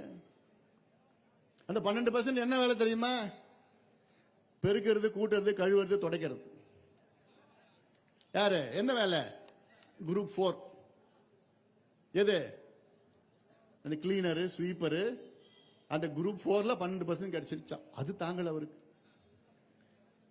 நாங்க கேட்கறது டிஎஸ்பி குரூப் 1ல கொடுங்க. எங்களுக்கு குரூப் 1ல நீங்க கொடுத்தீங்கன்னா டிஎஸ்பி லெவல்ல போய் கடைசியில ரிட்டையர் ஆகிறப்ப டிஜிபியா ரிட்டையர் ஆவார். அதான் எங்களுக்கு வேணும். நீ டெபுட்டி கலெக்டர் தேர்வு பண்ணினா செக்ரட்டரியா ரிட்டையர் ஆவாரு. அந்த வேலை தான் நாங்க கேட்கிறோம். ஏன் அதெல்லாம் நாங்க வரக்கூடாதா?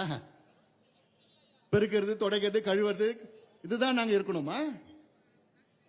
ஏன் உயர்ந்த பதவிக்கு நாங்க போகக்கூடாதா? அது எண்ணம் பாரு, அவரு எப்படிப்பட்ட எண்ணம். அது பேசுறது எப்படி? இன்னும் தரவுகளே வரலன்னு சொல்லிட்டு இருக்கிறாங்க. உச்சநீதிமன்றம் தீர்ப்பு வழங்கி 2 ஆண்டுகள் ஆகிறது. என்கிட்ட மட்டும் ஆட்சி இருந்ததுன்னா எவ்வளவு நல்ல தரவுகள் வெளியே கொண்டு வர முடியும் தெரியுமா? 2 நாள்ல கம்ப்யூட்டர்ல இருக்கு, டவுன்லோட் பண்ண, அவ்வளவுதான். கம்ப்யூட்டர்ல இருக்க தரவுகளை டவுன்லோட் பண்ணது எவ்வளவு நாள் ஆகும்? என் தம்பி கிட்ட கொடுத்தா ஒரே நாள்ல டவுன்லோட் பண்ணிடுவான். ஒண்ணுமே கிடையாது.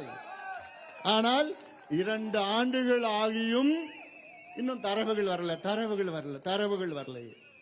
இது முழுக்க ஏமாத்து வேலை, மோசடி. இதெல்லாம் மோசடி.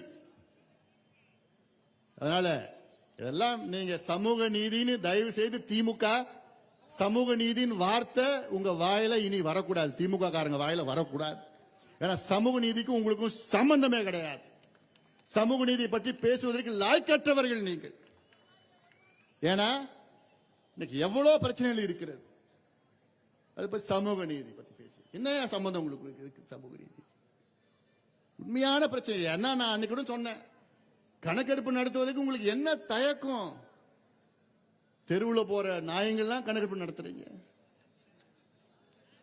ரோட்ல திரிகிற மாடுகளெல்லாம் கணக்கெடுப்பு நடத்துறீங்க. எத்தனை மாடு ரோட்ல திரியுது, எத்தனை நாய்கள் திருநாய்கள் இருக்கிறதுன்னு அதெல்லாம் கணக்கெடுப்பு நடத்துறீங்க.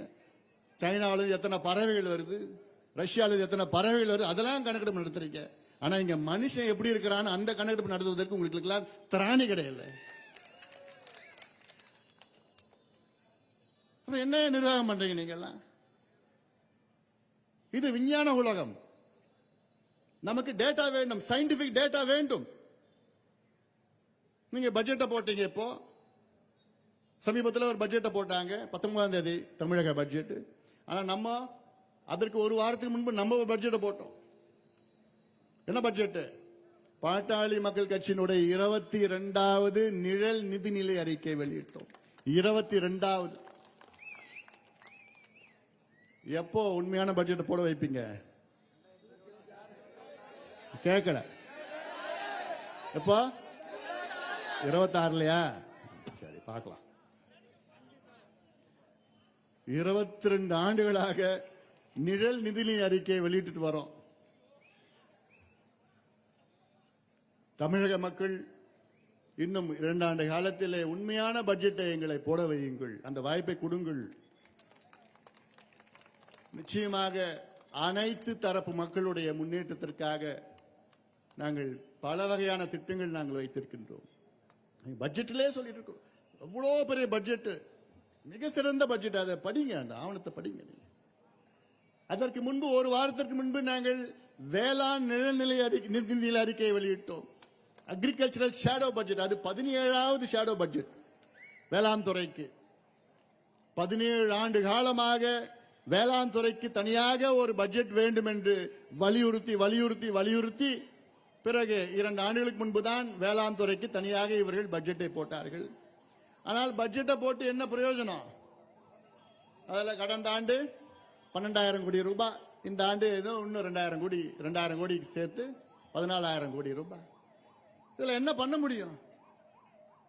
நம்ம போட்ட பட்ஜெட்ல வேளாண் துறைக்கு 60,000 கோடி ரூபாய் நாங்க பட்ஜெட்டை போட்டிருக்கோம் வேளாண் துறைக்கு. ஆனா இவங்க போட்ட பட்ஜெட்ல தமிழ்நாட்டின் திட்டம் பார்த்தா 1,50 கோடி ரூபாய்க்கு ஒரு திட்டம் போடுறாங்க. தமிழ்நாடு முழுவதும் எவ்வளவு? 1,50 கோடி ரூபாய்க்கு. தமிழ்நாட்டு மக்கள் தொகை 7.25 கோடி. திட்டம் போடுறது 1,50 கோடி ரூபாய், 2.25 கோடி, 3.5 கோடி. எது? விவசாய பட்ஜெட்ல என்னையா வரப்போறதுல என்ன திட்டம் போடுறீங்க? நம்முடைய நீர் பாசன திட்டங்கள் ஏதாவது அதை பத்தி ஏதாவது உங்களுக்கு அக்கறை இருக்கு? அது வேற துறையில இருக்கு, அது வேற நீர்வளத்துறையில இருக்கு. ஆனா இங்க தடுப்பணை கட்டணும் கட்டணும் கட்டணும்னு எவ்வளோ கோரிக்கை வச்சிருக்கிறோம். ஆனா இவங்க தடுப்பணை கட்டுறதுக்கு கட்ட போறது கிடையாது. ஏன் கட்ட மாட்டாங்க தெரியல தம்பிங்களா?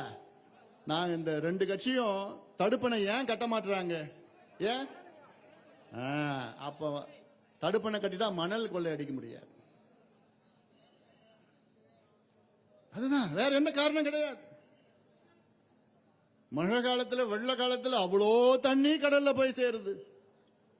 இந்த பக்கம் தென்பண்ணை ஆறு இருக்கு, அந்த பக்கம் கெடிலம் ஆறு இருக்கு, இந்த பக்கம் வெள்ளாறு இருக்கு, இந்த பக்கம் கொள்ளிடம் இருக்கு, திருமணி முத்தாறு வருது. இப்படி எல்லாம் சேருது. ஆறுகள் சேர்ந்து கடலூர் மாவட்டத்தில் உள்ள கடல்ல கலக்குது. ஆனா கோடை காலத்துல குடிக்கிறது தண்ணி கிடையாது. தடுப்பணை அங்கங்க கட்டினீங்கன்னா அங்கங்க தண்ணி நிற்கும், நிலத்தடி நீர் அதிகமாக இருக்கும், உயரும். ஆனா இதுல எத்தனோ போராட்டங்கள் நடத்தியும் கட்டல. இன்னைக்கு கூட பார்த்தா பாலாத்துல ஆந்திராவில் தடுப்பணை கட்டுவதற்கு அடிக்கல் நாட்டியிருக்கின்றார் ஆந்திரா முதலமைச்சர். பாலாறு ஒரு காலத்துல பால் போன்ற ஆறு, அவ்வளோ அடிச்சிட்டு வந்தது ஆள். அந்த பாலாத்துல கர்நாடகாவில் தொடங்குகிறது பாலாறு. கர்நாடகாவில் அங்க கிட்டத்தட்ட 18 தடுப்பணைகள் கர்நாடகாவில் கட்டியிருக்கிறாங்க. பிறகு ஆந்திராவில் வெறும் 22 கிலோமீட்டர் தான் வருது. கர்நாடகாவில் 80 கிலோமீட்டர் வருது. கர்நாடகாவில் அங்க 18 தடுப்பணைகள் கட்டியிருக்கிறாங்க. ஆந்திராவில் 22 கிலோமீட்டர் தான் வருது. ஆந்திராக்குள்ள குப்பம் தொகுதியில் வந்து திருப்பி தமிழ்நாடுக்கு வருது. அந்த 22 கிலோமீட்டர்ல 32 தடுப்பணைகள் கட்டியிருக்கிறாங்க ஆந்திராவில். ஆனா தமிழ்நாட்டில் 223 கிலோமீட்டர் வருது. தமிழ்நாட்டில்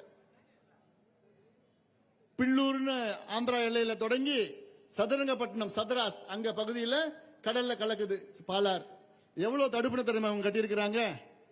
இந்த ரெண்டு கட்சிகளும் சேர்ந்து எவ்வளவு வெள்ளக்காரன் ஒண்ணு கட்டினான் வாலாஜாபாத்.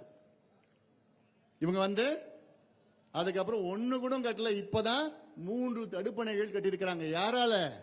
பாட்டாளி மக்கள் கட்சியால. நம்ம தொடர் போராட்டத்தினால தொடர் போராட்டம் பண்ணி ஒரு வழி இல்லாம கட்டியிருக்காங்க. ஆனா கட்டி பார்த்தா அவ்வளவு நன்மைகள். சுத்தி இருக்கிற மக்கள் இந்த பக்கம் 20 கிலோமீட்டர், இந்த பக்கம் 20 கிலோமீட்டர் கிணறுலாம் தண்ணி ஏறி போச்சு. இந்த அறிவு கூட இல்லையா உங்களுக்குல? எல்லாமே காசு தானே உங்களுக்குலாம், எல்லாமே வணிகம் தானே உங்களுக்குலாம். மக்களை பத்தி சிந்திக்க மாட்டீங்களா? 60 ஆண்டுகள் உங்களுக்கு வாய்ப்பு கொடுத்திருக்காங்களே, அந்த மக்களுக்கு என்னையா நீங்க பண்றீங்க? துரோகம் தானையா பண்ணிட்டு இருக்கீங்க. இந்த விவசாயிகளுக்கு துரோகம் தானையா பண்ணிட்டு இருக்கீங்க. நீர்நிலையில அழிச்சிட்டு இருக்கிறீங்களே. வயிறு எரியுது எங்களுக்கெல்லாம். மக்களுக்கு உங்களுக்கு எப்படி இருக்கு? உங்களை சொல்ற பொதுவான மக்கள் சொல்லிட்டு இருக்கு. தமிழ்நாடு மக்கள் உணருங்கள், உணருங்கள். யார் நல்லவங்க, யார் உங்களுக்கு செய்யறவங்க, யார் நடிக்கின்றார்கள் நினைச்சு பாருங்க. அதெல்லாம் விவசாய பிரச்சனைகள் எங்க நடந்தாலும் சரி, அங்கே முதலில் குரல் கொடுத்து போராடுவது பாட்டாளி மக்கள் கட்சி தான். மேல்மா செய்யார்ல மேல்மா அங்க கிட்டத்தட்ட 2800 ஏக்கர் சிப்காட் நிலத்த அங்கே கையகப்படுத்த அங்க விவசாயிகள் போராடி கொண்டிருக்கிறார்கள். அப்படி போராடி கொண்டிருக்கிற விவசாயிகள் மீது குண்டர் சட்டம் போட்டுக் கொண்டிருக்கிறார். எங்க கொஞ்சம் கூட இல்லையா? விவசாயிகள் மீது குண்டர் சட்டம் எங்கேயாவது இந்தியாவில் எங்கேயாவது நடக்குமா? அவங்க யாரு? அவங்க தீவிரவாதிகளா? கஞ்சா வித்தவங்களா? சாராயம் வித்தவங்களா? விவசாயிகள் அவங்கெல்லாம். அவங்க மண்ணை அழிக்க கூடாதுன்னு போராடிட்டு இருக்கிறாங்க. அவங்க மேல நீங்க போய் குண்டர் சட்டம் போட்டு இருக்கீங்களா? அவங்க எல்லாம் நீங்க என்ன சொல்றது? உங்களெல்லாம் கும்மிடி பூண்டியில ஆரணி ஆறு இருக்கு. அங்க ஆரணி ஆறு கரை ஓரத்தில் கிட்டத்தட்ட 1800 ஏக்கர் எடுத்து நாலேஜ் சிட்டியா, அறிவுசார் நகர். உங்களுக்கு தான் எதுவும் இல்லையே. ஏன் அது வேற எங்கேயோ நடத்துறது? எங்கேயோ இவ்வளவு இடம் இருக்கு. அந்த ஆரணி ஆத்து படுகையில் தான் நடத்தணுமா? அது என்ன நடத்த? இவங்க நடத்த போறது கிடையாது. இவங்க தனியார்கிட்ட தார வாத்து அவங்க அடிச்சுட்டு போறாங்க. அதுக்கு தான் இவங்க திட்டம் போடுறாங்க. நல்லது பண்ணணும்னு ஒண்ணுமே ஒரு காரணம் கிடையாது. கண்ட்ரோல் பண்ணு, அப்பப்போ மறந்துடுறாங்க. அதனால இதெல்லாம் நீங்கள் சிந்தியுங்கள். மக்கள் சிந்திக்க வேண்டும். சும்மா வசனம் பேசிக்கிட்டு மேடையில போட்டு அப்படி வசனம் அடுக்குமொழியில பேசிட்டா போதாது. உணர்வுபூர்வமான எங்களுக்கு வாய்ப்பு தாருங்கள். உண்மையான எங்களுக்கு வாய்ப்பு தாருங்கள். நிச்சயமாக மக்கள் தருவார்கள். எனக்கு நம்பிக்கை இருக்கிறது, நம்பிக்கை இருக்கிறது. நாடாளுமன்ற தேர்தல் ஆயிடுச்சா? சரி. நாடாளுமன்ற தேர்தல், இந்த தேர்தல் பாட்டாளி மக்கள் கட்சி என்ன செய்ய போறாங்க? பாட்டாளி மக்கள் கட்சியுடைய நிலைப்பாடு என்ன? இவங்க சமீபத்தில் நீங்க மீடியால பாத்திருக்கீங்களா? பிரேக்கிங் நியூஸ், அரை மணி நேரத்துக்கு ஒரு வாட்டி பிரேக்கிங் நியூஸ். அங்க பேசிட்டாங்க, இங்க பேசிட்டாங்க. 2 மணிக்கு கையெழுத்து போட போறாங்க, சாயங்காலம் 6 மணிக்கு கையெழுத்து போட போறாங்க, விடிய கால 3 மணிக்கு கையெழுத்து போட போறாங்க. இப்படியெல்லாம் செய்தி. இப்படி சொல்லிட்டாங்க, அப்படி நடந்து போச்சு, இப்படி பண்ணிட்டாங்க. ஊடக நண்பர்களே, இது புனிதமான ஒரு தொழில், ஊடக தொழில். அதை களங்கப்படுத்தாதீர்கள். பொய்யை பரப்பிக் கொண்டிருக்கிறார்கள். நாங்க எங்களோட நிலைப்பாட்டை விரைவில் அறிவிப்போம். உங்களுக்கு என்ன அவசரம்? அதுக்குள்ள உங்க அவசரத்துக்காக நாங்க செயல்பட முடியாது. எங்கள் கட்சியினுடைய எதிர்காலத்தை பற்றி, எங்கள் தொண்டர்களுடைய விருப்பம், எங்கள் கட்சியினுடைய எதிர்காலம், அதுதான் எங்களுக்கு முக்கியம். எங்கள் கட்சியிலே லட்சக்கணக்கான இளைஞர்கள் இருக்கின்றார்கள். என் தம்பிகள், என் தங்கைகள் தமிழ்நாடு முழுவதும் இருக்கின்றார்கள்.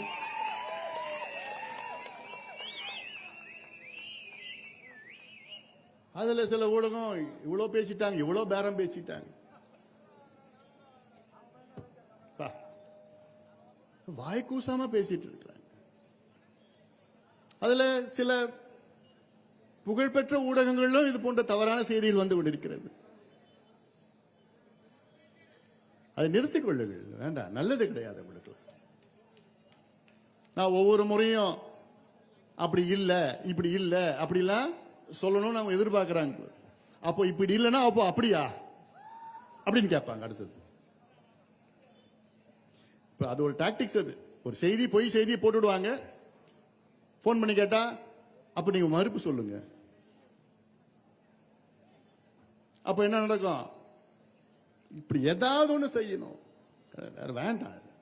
ஊடக நண்பர்களை நான் நிச்சயமாக நான் மதிக்கின்றேன். அதற்கேற்ப நீங்கள் நடந்து கொள்ளுங்கள். திட்டணும்னா 2 நிமிஷம் திட்டிட்டு போயிடலாம். ஆனா அது என்ன எங்களுக்கு இல்ல. நாங்க நேர்மையான முறையிலே கட்சி நடத்துகின்றோம். மக்கள் பிரச்சனைகளை கையாள கொண்டிருக்கிறோம் நேர்மையான முறையில்.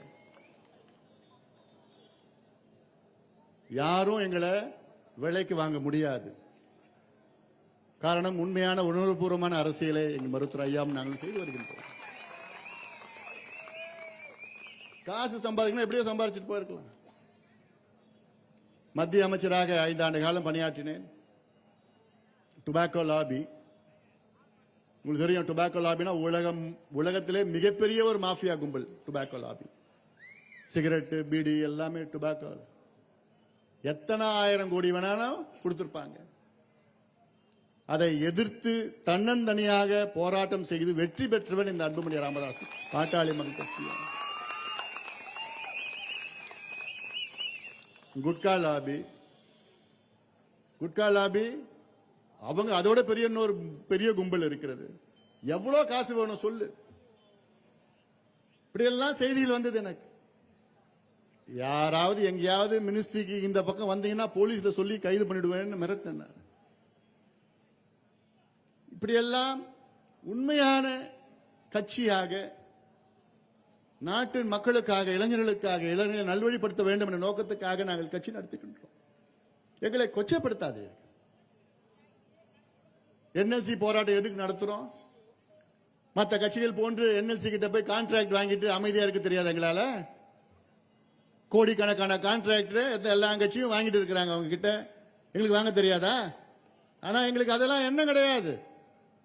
எங்களுடைய நோக்கம் என்ன? விவசாய மண்ணையும் மக்களையும் வாழ்வாதாரத்தையும் வேளாண்மையும் பாதுகாக்கணும்.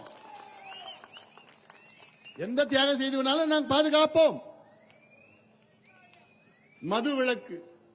மது விலக்கு எங்க ஐயா அவர்கள் 44 ஆண்டு காலம் போராடி வருகிறார்கள். இந்த திராவிட கட்சிகள் போன்று மது ஆலைகள் உரிமையாளர்கள் நாங்கள் கிடையாது. அதை எதிர்க்கின்றவர்கள். இதனால் எவ்வளவு பாதிப்பு, எவ்வளவு மக்களுக்கு பாதிப்பு. உண்மையால் இன்னைக்கு தமிழ்நாட்டு மக்களுடைய பிரச்சனைகள் உண்மையான இருக்கின்ற கட்சி பாட்டாளி மக்கள் கட்சி. எங்களை கொச்சப்படுத்தாதீங்க ஊடக நண்பர்களே, கொச்சப்படுத்தாதீங்க. அரசியல் நிலைப்பாடு நாங்கள் விரைவில் அறிவிக்க போறோம். அதனால அதுக்குள்ளே இப்படி அப்படி இப்படி இன்னும் பெரிய அப்படியே என் கூடவே ராத்திரி வரைக்கும் கூடவே இருக்கிற மாதிரி அது சொல்ல வேண்டாம். கொடுப்பேன் நான் இன்னைக்கு தான் நான் சொல்லிட்டேன்ல, அப்படிலாம் பேச மாட்டேன்னு சொல்லிட்டேன்ல. அதனால இதெல்லாம் மனதில் இருக்கிறது. அதனால் தமிழக அரசிடம் இன்று மாலையிலே பல கோரிக்கைகள் வைத்திருக்கின்றோம். அதில் முக்கியமானது நம்முடைய வள்ளலார் மண்ணை, அதை எந்த கட்டுமானங்களும் இருக்கக்கூடாது. அது முதலமைச்சருக்கு எங்களுடைய அன்பான ஒரு வேண்டுகோளாக வைக்கின்றேன். நாங்க போராட்டம் பண்ணுவோம், அப்படி அடிதடி பண்ணுவோம், ஆர்ப்பாட்டம் பண்ண விடமாட்டோம் அப்படிலாம் நான் இன்னைக்கு சொல்ல மாட்டேன். அமைதியா நான் கேட்கிறோம், அமைதியா நாங்க கேட்கிறோம். வள்ளலார் வழியில நாங்க கேட்கிறோம், அமைதியா நாங்க கேட்கிறோம். நியாயமானது, அதுல கையை வைக்காதீங்கன்னு தான் நாங்க சொல்றோம். நீங்க எல்லாம் நல்லா இருக்கணும், நல்ல உடல்நலத்தோட நல்லா இருக்கணும், உங்க குடும்பம் நல்லா இருக்கணும், அந்த எண்ணம் தான் எனக்கு இருக்கு. ஏன்னா அதுல கை வச்சாங்கன்னா சரி, அதெல்லாம் நான் வேண்டாம்.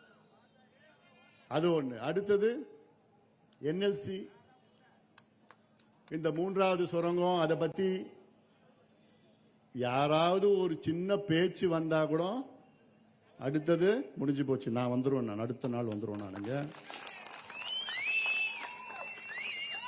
அது இல்லாமல் விரிவாக்கம் சொல்லி என்னுடைய மக்களுடைய நிலத்தை கையகப்படுத்தினா போதும், நாங்கள் விட போறது கிடையாது. என்ன லெவலுக்குனா நாங்கள் போவோம், சட்டம் ஒழுங்கா எந்த பிரச்சனை வந்தாலும் நாங்கள் அதை பற்றி கவலைப்படுவோம். காரணம் நாங்கள் வருங்கால தலைமுறைகளை பற்றி நாங்கள் சிந்திக்கின்றவர்கள். இங்க இருக்கின்ற அமைச்சர்களை போன்று இந்த திராவிட கட்சிகளை போன்று கிடையாது.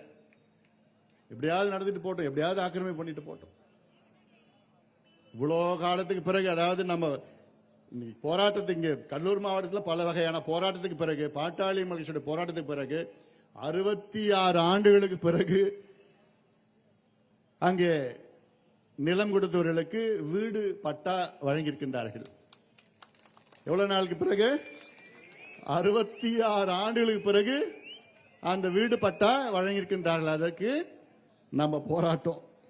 ஏன்னா இது யாருக்கும் தெரியல. நம்ம சொல்லி சொல்லி சொல்லி, நான் ஒரு கூட்டம் தலைமை செயலகத்தில் ஒரு கூட்டம் நடந்தது தெரியும்ல, 4 அமைச்சர்கள் உட்கார்ந்துட்டு இருக்கிறாங்க. திடீர்னு அழையா விருந்தாளியாக நான் போயிட்டேன், உள்ள போயிட்டேன். அப்போ சீஃப் செக்ரட்டரி உட்கார்ந்துட்டு இருக்கிற இறையன்பு தான். இறையன்பு கிட்ட நான் சொல்றேன், ஏன் என்எல்சி வேண்டாம், என்எல்சி சேர்மன் எல்லாம் உட்கார்ந்து இருக்கிறாங்க அங்க. நீ யாரு முத்து, யார் இருந்த? நீ இருந்தல்ல கூட இருந்த. ஆமா. அப்போ எல்லாம் விளக்கி சொல்றேன், தமிழ்நாட்டில் தேவையில்லை, இப்போ ரினியூவபிள் எனர்ஜி, புதுப்பிக்க வல்ல எரிசக்தி, எரிவாயு எரிசக்தி எல்லாம் வந்துட்டு இருக்கு. ரினியூவபிள் எனர்ஜி நிறைய இருக்கு, பொட்டன்ஷியல் நிறைய இருக்குது. தமிழ்நாட்டில் இன்னைக்கு பாத்தீங்கன்னா கிட்ட 5000 மெகாவாட் சோலார், இது இன்னும் 5000 மெகாவாட் உயர்த்தலாம். இன்னைக்கு காற்று ஆலைகள் 2700 மெகாவாட், அது கிட்ட 5000 உயர்த்தலாம். இப்படி எல்லாம் இது தேவையில்லை. சொற்ப கரண்ட்டுக்காக நாங்கள் நிலத்தை கொடுக்கிறோம். 66 ஆண்டு காலமாக பட்டா கிடைக்கலன்னு சொன்ன அப்புறம் சீஃப் செக்ரட்டரி, தமிழ்நாடு அன்றைய சீஃப் செக்ரட்டரி, அப்படியா? அவருக்கு ஆச்சரியம், என்ன 66 வருஷமா பட்டா கொடுக்கலையான்னு கேட்கிறார் பக்கத்துல. இல்லைங்க சார், நாங்க கொடுத்துட்டு இருக்கிறோம், ப்ராசஸ் பண்றோம், அப்படி எல்லாம் சொல்லிட்டு இருக்கிறாங்க. இந்த கத்திரிக்காய் எல்லாம் பேசிட்டு இருந்தாங்க. அதன் பிறகுதான் திருப்பி போராட்டம் பண்ணி, இங்கெல்லாம் போராட்டம் நடந்த பிறகுதான், இப்போ நம்ம போராட்டம் பிறகுதான் 66 ஆண்டுகளுக்கு பிறகு பட்டா கொடுத்திருக்கிறாங்க. நம்ம போராட்டத்துக்கு பிறகுதான் இப்ப 500 பேருக்கு நாங்க நிலம் கொடுத்தவங்க வேலை வாய்ப்பு கொடுக்கிறோம்னு அறிவிப்பு வந்திருக்கிறது. அதுல 250 பேருக்கு ஏதோ நிரந்தர தற்காலிக வேலை வாய்ப்பு கொடுத்திருக்கிறாங்க. அந்த 250 பேர்ல 220 பேர் திமுக காரங்க. படுபாவீங்க. அதையும் கூட தெரியல யார் நிலம் கொடுத்தது, யார் போராடினது, யார் அடிபட்டது, யார் அனுபவிக்கிறது. நான் சொல்றது தப்புனா நீ ஒரு ஆய்வு நடத்து, சிபிசிஐடி என்கொயரி வை. இல்ல எனக்கு அந்த பேரு கொடுத்து 250 பேரு கொடு, எனக்கு பேரும் விலாசமும் கூட நான் கண்டுபிடிச்சிடுறேன். இல்ல எத்தனை பேர் திமுக இருக்கிறவங்க. இதெல்லாம் என்ன அக்கிரமம் நடந்துட்டு இருக்குது, இல்ல நியாயம் நடந்துட்டு இருக்குது இல்ல. அதனால இது என்எல்சி, இன்னைக்கும் என்னுடைய நிலைப்பாடு, என்எல்சி வெளியேறு. தேவைகள் தேவையில்லை. இல்ல நீ சோலார போட்டு விட்டு, 40,000 ஏக்கர் இருக்குல்ல, 40,000 ஏக்கர்ல நீ சோலார் பிளான்ட் போட்டு விட்டு, அதுல 5 ஏக்கர்ல 1 மெகாவாட் போடலாம். அதனால நீ அதுல போட்டு விட்டுட்டு, இப்ப வேலை செய்யறவங்க அதுல நீங்க வேலையில ஈடுபடுத்தி விடு. இனி நீ நிலத்தை எடுக்காத, வேண்டாம், உன்னுடைய தேவைகளே இல்லை இன்னைக்கு. அதனால இதெல்லாம் என இந்த நாட்டு மக்கள், இந்த இது ஏதோ நெய்வேலி பிரச்சனை கிடையாது, இது தமிழ்நாட்டினுடைய பிரச்சனை, இந்தியாவோட பிரச்சனையா நான் பார்க்கிறேன். உலகம் முழுவதும் இந்த ஃபாசில் ஃபியூல்ல இருந்து புதுப்பிக்க வல்ல எரிசக்திக்கு மாறிட்டு வராங்க, ரினியூவபிள் எனர்ஜிக்கு மாறிட்டு வராங்க. நீங்க ஒப்பந்தம் போடுறீங்க, கொள்கையை அறிவிக்கிறீங்க, 2030க்குள் தமிழ்நாட்டில் 50 விழுக்காடு எரிசக்தி புதுப்பிக்க வல்ல எரிசக்தியாக நாங்கள் மாற்றுவோம் என்றெல்லாம் அறிவிக்கிறீங்க பேப்பர்ல. ஆனா இங்க நடக்கிறது அப்படியே ஆப்போசிட்ல. அமைச்சரை கேட்டா எங்களுக்கு தலைமையில இருந்து அழுத்தம் வருது, அது விளக்கி சொல்லுறது. இதனால இதெல்லாம் நீங்கள் மனதிலே ஏற்றுக்கொள்ளுங்கள். தமிழக அரசே தமிழ்நாட்டில் உடனடியாக சாதிவாரி மக்கள் தொகை கணக்கெடுப்பு நடத்துங்கள். அந்த பேர் உங்களுக்கு பிடிக்கலன்னா சமூக நீதி மக்கள் தொகை கணக்கெடுப்பு நடத்துங்கள். அந்த பேர் பிடிக்கலன்னா நடத்திட்டு போங்க, வேற ஏதோ பேர்ல வச்சுக்கோங்க. சென்சஸ் சர்வே தான் நாங்க கேட்கிறோம், சென்சஸ் கேட்கல. சென்சஸ் என்பது அது மத்திய அரசு எடுக்கணும். 1948 சென்சஸ் ஆக்ட் படி ஒவ்வொரு 10 ஆண்டுகள் மத்திய அரசு தான் சென்சஸ் எடுக்கணும். அந்த சென்சஸ்க்குள்ள இன்னும் ஒரு புள்ளி விவரம், எந்த சாதியின் அப்படின்னு ஒரு புள்ளி விவரம், அது அந்த கோரிக்கை ஐயா அவர்கள் 44 ஆண்டு காலமாக வைத்திருக்கின்றார்கள். ஒவ்வொரு முறையும் அதை வலியுறுத்தி நான் அமைச்சராக நேரத்தில் கிட்டத்தட்ட 160 எம்பிக்கள் கையெழுத்து போட்டு அன்றைய உள்துறை அமைச்சர் சிவராஜ் பாட்டீலிடம் கொடுத்து எப்படியாவது நடத்துங்கள் என்றெல்லாம் அழுத்தம் கொடுத்தோம். பிரச்சாரம் எல்லாம் பண்ணோம், பிரச்சனைகள்லாம் எல்லாம் பண்ணோம். ஆனா இப்போ அது கூட தேவையில்லை. இன்னைக்கு இந்தியன் ஸ்டாட்டிஸ்டிக்கல் ஆக்ட் 2008 படி தான் பீகார்ல அங்கே சர்வே பண்ணிருக்கிறாங்க. அந்த சர்வே அடிப்படையில் தான் பீகார்ல இடஒதுக்கீடு அதிகப்படுத்தியிருக்கிறாங்க. அந்த சர்வே அடிப்படையில் தான் அங்கே பீகார்ல ஏழ்மையான மக்கள் யார் யார் கண்டறிந்து அவர்களுக்கு நலத்திட்டங்கள் கொடுத்திருக்கிறார்கள். அதே போன்றுதான் தமிழ்நாட்டில் நடத்தணும். அதனால அது மட்டும் இல்ல, வன்னியர்களுக்கு 10.5 விழுக்காடு இடஒதுக்கீடு உடனடியாக அறிவியுங்கள் முதலமைச்சர் அவர்களே, அறிவியுங்கள். சமூக நீதி பிரச்சனை, சாதி பிரச்சனை கிடையாது, சமூக நீதி பிரச்சனை இதுல. அதனால இதையெல்லாம் நீங்கள் கணக்கில் எடுத்துக்கொண்டு மக்களுக்கு நல்லது செய்யுங்கள். கடலூர் மாவட்டத்தில் உள்ள அனைத்து ஆறுகளிலும் ஒவ்வொரு 10 கிலோமீட்டர் தொலைவிலே தடுப்பணைகளை கட்டுங்கள். ஒவ்வொரு 10 கிலோமீட்டர்ல தடுப்பணைகளை கட்டுங்கள். இது அவசியமானது. காலநிலை மாற்றம், பருவநிலை மாற்றம் வரும் காலத்திலே மிக மோசமான சூழலை நாம் எதிர்கொள்ள இருக்கின்றோம். மிக மோசமா இருக்க போகுது. அதை இப்பொழுதே நம்முடைய தடுப்பு முன்னெச்சரிக்கை நடவடிக்கைகள் எடுக்க வேண்டும். இதெல்லாம் தொடர்ந்து நாங்கள் பாட்டாளி மக்கள் கட்சி மட்டும்தான் வலியுறுத்தி வருகிறது. வேற எந்த கட்சிக்கும் அதை பத்தி தெரிய கூட இல்லை, அதை பத்தி பேசக்கூட இல்லை. அதனால இதையெல்லாம் தமிழ்நாட்டு மக்களுடைய நன்மைக்காக நாங்கள் சொல்கின்ற அத்துணை திட்டங்களும் நன்மைக்காக நாங்கள் சொல்கின்றோம். ஏன்னா இப்ப சமீபத்தில் பட்ஜெட்டை நீங்க போட்டீங்க. அந்த பட்ஜெட்டை பத்தி பேசணும்னா எனக்கு அது 1 மணி நேரம் ஆகும். ஆனா இப்போ நீங்க வீடு கிளம்புற நேரம் ஆயிடுச்சு. அந்த பட்ஜெட்ல எவ்வளவு இங்க பட்ஜெட்டை போட்டாங்க, அதுல எவ்வளவு மொத்தம் பட்ஜெட் பார்த்தீங்கன்னா 3,60,000 கோடிக்கு மொத்தம் பட்ஜெட்டை போட்டாங்க. அதுல நிதி பற்றாக்குறை பாத்தீங்கன்னா 1,08,000 கோடி நிதி பற்றாக்குறை, பிஸ்கல் டெபிசிட். அதுல ரெவென்யூ டெபிசிட் எவ்வளவுன்னு பாத்தீங்கன்னா கிட்டத்தட்ட 49,000 கோடி ரெவென்யூ டெபிசிட். அதனால அதுல சொந்த நிதி, அதாவது tax revenue, Tamil Nadu own tax revenue அப்படின்னு பாத்தீங்கன்னா இவங்க கணக்கு வச்சாங்க 1,90,000 கோடி கணக்கு வச்சாங்க. ஆனா வந்தது 1,70,000 கோடி. அதனால அதுவும் ஒண்ணும் இல்லை. ஆக இப்படி எல்லாம் நிறைய இருக்கு. ஆனா ஆக மொத்தம் கடன் எவ்வளவு வாங்கியிருக்கிறாங்க தமிழக அரசு? 8,33,000 கோடி. இப்போ மொத்தம் நேரடி கடன் 8,33,000 கோடி. அந்த 8,30,000 கோடியில 3,30,000 கோடி இந்த 3 ஆண்டுகள்ல வாங்கியிருக்கிறாங்க திமுக. நினைச்சு பாருங்க. கிட்டத்தட்ட 76வது ஆண்டு. இந்த 76வது ஆண்டுல இவங்க ஆட்சி வருவதற்கு முன்பாக 5,5 லட்சம் கோடி கடன், தமிழ்நாட்டினுடைய நேரடி கடன். இவங்க ஆட்சிக்கு வந்து 3 ஆண்டுகள்ல 8,30,000 கோடி கடன், கிட்டத்தட்ட 3,4 லட்சம் கோடி கடன்ல இவங்க வாங்கியிருக்கிறாங்க. சரி, வாங்கினே என்ன பண்ண? இவங்க சொல்ற பட்ஜெட் இருக்குது 3,60,000 கோடி பட்ஜெட்டை போட்டு இருக்கிறாங்க மொத்தம். அந்த மொத்தம் பட்ஜெட்ல கட்டுமானங்களுக்கு எவ்வளவு தெரியுமா ஒதுக்கீடு செஞ்சிருக்கிறாங்க? வெறும் 47,000 கோடி. கேபிட்டல் எக்ஸ்பெண்டிச்சர் சொல்றது, இன்ஃப்ராஸ்ட்ரக்சர் பில்டிங். வெறும் 3 லட்சம் கோடியில வெறும் 47,000 கோடி தான் கட்டுமானத்திற்கு. இந்த ஒரு வருஷம் மட்டும் 1,57,000 கோடி கடனை வாங்குறவங்க திட்டமிட்டு இருக்காங்க. 1,57,000 கோடி. அப்புறம் என்னையா நிர்வாகம் பண்ணிட்டு இருக்க நீ? நிர்வாகம் பண்ண தெரியலன்னா விட்டுட்டு போ, எங்க கிட்ட விட்டுட்டு போ. கேட்டா மத்திய அரசு கொடுக்கல, மெட்ரோவுக்கு கொடுக்கல, டான்ஜெட் கோக்கு 17,000 கோடி நாங்க மத்திய அரசு நாங்க காசு கட்டணும். கடந்த ஆண்டு கரண்ட் பில்லை ஏத்தன, அதுக்கு முந்தைய ஆண்டு பாத்தீங்கன்னா 10,000 கோடி ஒவ்வொரு ஆண்டும் மின்சாரத்துறையில மின்துறையில நட்டோம்னு சொன்னேன். கடந்த ஆண்டு 2 முறை மின் கட்டணத்தை உயர்த்தின, இந்த பீக் டாரிஃப் அப்படின்னு சொல்லி உயர்த்தின. அதுல வருவாய் பாத்தீங்கன்னா 23,000 கோடி கடந்த ஆண்டு வந்தது. உங்களுக்கு 23,000 கோடி வந்தோம், இப்ப 17,000 கோடி நட்டோம்னு எப்படி சொல்ற நீ? ஏன்னா அது நிர்வாகம் சரியில்லாத நிர்வாகம், அது எல்லாம் ஊழல் கொள்ளடிக்கணும். அதான் சொன்னேன், முதலமைச்சர் சுத்தி ஒரு 4 வியாபாரிகள் இருக்கின்றார்கள் அமைச்சர்கள் போர்வையில. இந்த நாலந்தி வியாபாரிகள் வியாபாரம் செய்யறது தான் அமைச்சரா இருக்கிறாங்க. தமிழ்நாடு மக்களுக்கு நல்லது செய்யறது கிடையாது.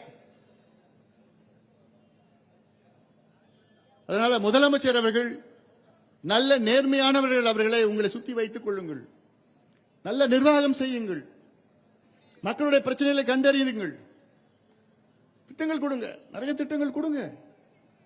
நலத்திட்டங்கள் வேண்டாம் நாங்க சொல்லல, ஆனால் உண்மையான திட்டங்களை கொடுங்கள். நலத்திட்டத்திற்கும் நிறைய வித்தியாசம் இருக்கிறது. நலத்திட்டம்னா என்ன? இப்போ மகளிர் உதவி தொகை 1000 ரூபாய் என்னமா வருதா? அந்த 1000 ரூபாய் வச்சுட்டு என்ன பண்ண போறீங்க? ஒரு மாசம் சாப்பிடலாமா அதை வச்சுக்கிட்டு? அடுத்த நாள் டாஸ்மார்க்ல இருக்கும் அந்த 1000 ரூபாய். அடுத்த நாள் அன்னைக்கே இருக்குமா? அதான் அன்னைக்கே. ஒரு திட்டம்னா கோடிக்கணக்கான மக்களுக்கு உதவி வேண்டும். இந்த திட்டமா இந்த கோடிக்கணக்கான மக்களுடைய வாழ்க்கை தரம் உயர வேண்டும். அதுதான் உண்மையான திட்டம். ஒரு உதாரணம் நான் சொல்றேன். இப்போ 108 ஆம்புலன்ஸ் என்பது ஒரு திட்டம். இப்போ போச்சு, இந்த பக்கம் போச்சு. அது திட்டம். இந்த திட்டம்னால கோடிக்கணக்கான மக்களுடைய உயிர் காப்பாற்றப்பட்டிருக்கிறது. தேசிய கிராமப்புற சுகாதார திட்டம், நேஷனல் ரூரல் ஹெல்த் மிஷன், உலக அளவில் மிகப்பெரிய பொது சுகாதார திட்டம் என்று ஐநா சபை பாராட்டி இருக்கிறது. இந்த திட்டம், இந்த திட்டத்தை கொண்டு வந்தது பாட்டாளி மக்கள் கட்சி, இந்தியாவுக்கு கொண்டு வந்தது பாட்டாளி மக்கள் கட்சி. இந்த திட்டத்தினால் என்ன நடந்தது? இந்தியாவில் 10 ஆண்டுகளில் தாய் இறப்பு விகிதம் 50 விழுக்காடு குறைக்கப்பட்டிருக்கிறது. தாய் இறப்பு விகிதம், மெட்டர்னல் மார்டாலிட்டி ரேட் 50% ரிடக்ஷன் இன் மெட்டர்னல் மார்டாலிட்டி ரேட். எதனால? பாட்டாளி மக்கள் கட்சி கொண்டு வந்த தேசிய கிராமப்புற சுகாதார திட்டத்தினால் குழந்தை இறப்பு விகிதம் 55 விழுக்காடு குறைக்கப்பட்டிருக்கிறது. 55% ரிடக்ஷன். இதுதான் வாழ்க்கை தரத்தை உயர்த்துவது. இதுதான் திட்டம். ஸ்டாலின் அவர்கள் சொல்லுவாரு, நாங்க 1000 ரூபாய் திட்டம் கொண்டு வந்தோம், 6000 ரூபாய் கொடுத்தோம், 2000 ரூபாய் கொடுத்தோம், அது கொடுத்தோம், இது என்ன கொடுத்தீங்க? அதெல்லாம் எங்க இருக்கும்? டாஸ்மாக் கடையில இருக்க போகுது. அது திட்டம் கிடையாது. சரி, நான் கேட்கிறேன், முடிச்சுறேன். நான் கேட்கிறேன், சமூக நீதி பத்தி நீங்க பேசுறீங்க. சமூக நீதி எங்கள் மூச்சு அப்படிலாம் அந்த வாசனெல்லாம் நீங்க திருப்பி பேசிட்டு இருக்கீங்க. நான் கேட்கிறேன், தமிழ்நாட்டில் இவ்வளோ முதலமைச்சர்கள் வந்தார்கள், ஏதாவது ஒரு முதலமைச்சர் மனதார இந்த சமுதாயம் பின்தங்கி இருக்கிறது, இந்த சமுதாயம் ஏழ்மையில் இருக்கிறது, இந்த சமுதாயம் வறுமையில் இருக்கிறது, இந்த சமுதாயத்தை எப்படியாவது உயர்த்த வேண்டும் என்று மனதார அவர்களாகவே முன் வந்து இடஒதுக்கீடு யாருக்காவது கொடுத்தார்களா?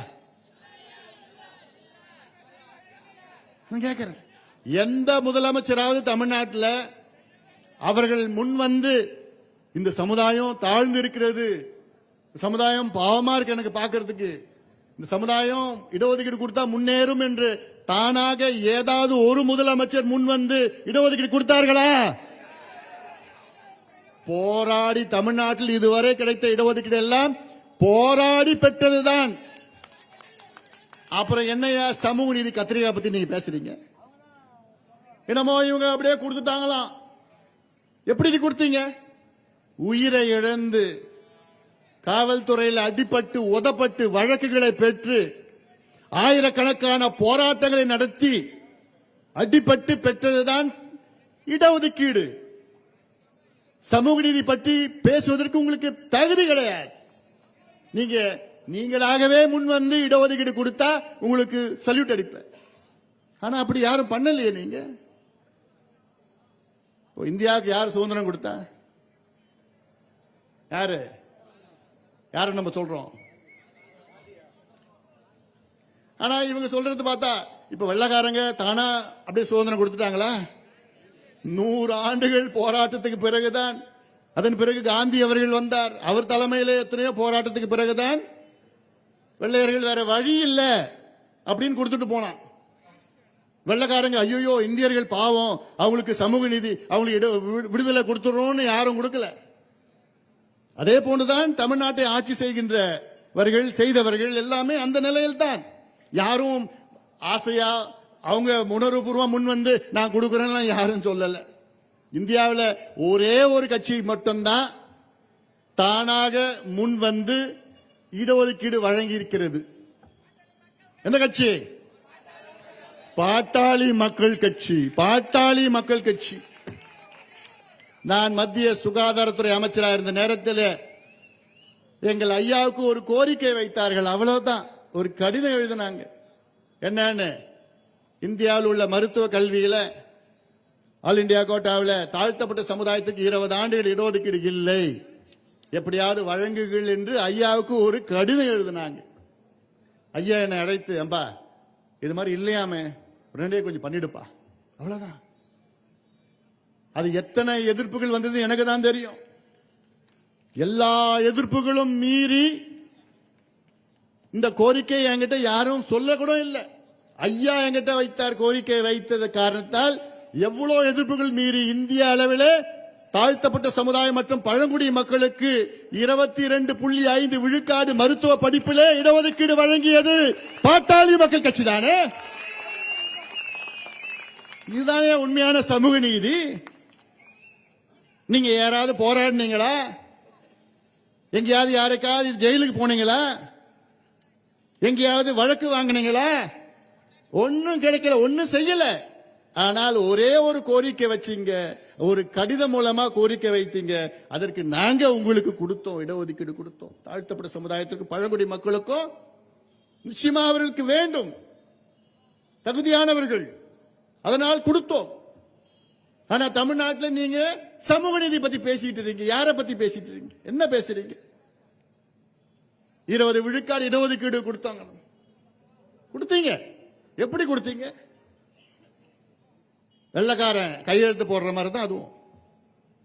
லார்ட் மவுண்ட் பேட்டன் கையெழுத்து போட்டார்ல, இந்தியாவுக்கு நாங்கள் விடுதலை கொடுக்கின்றோம் என்று கையெழுத்து போட்டது யாரு? Lord Mountbatten. ஆனால் இந்திய விடுதலை யார் பெற்று தந்தார் என்று நாம் சொல்கின்றோம்? மகாத்மா காந்தி அவர்கள்.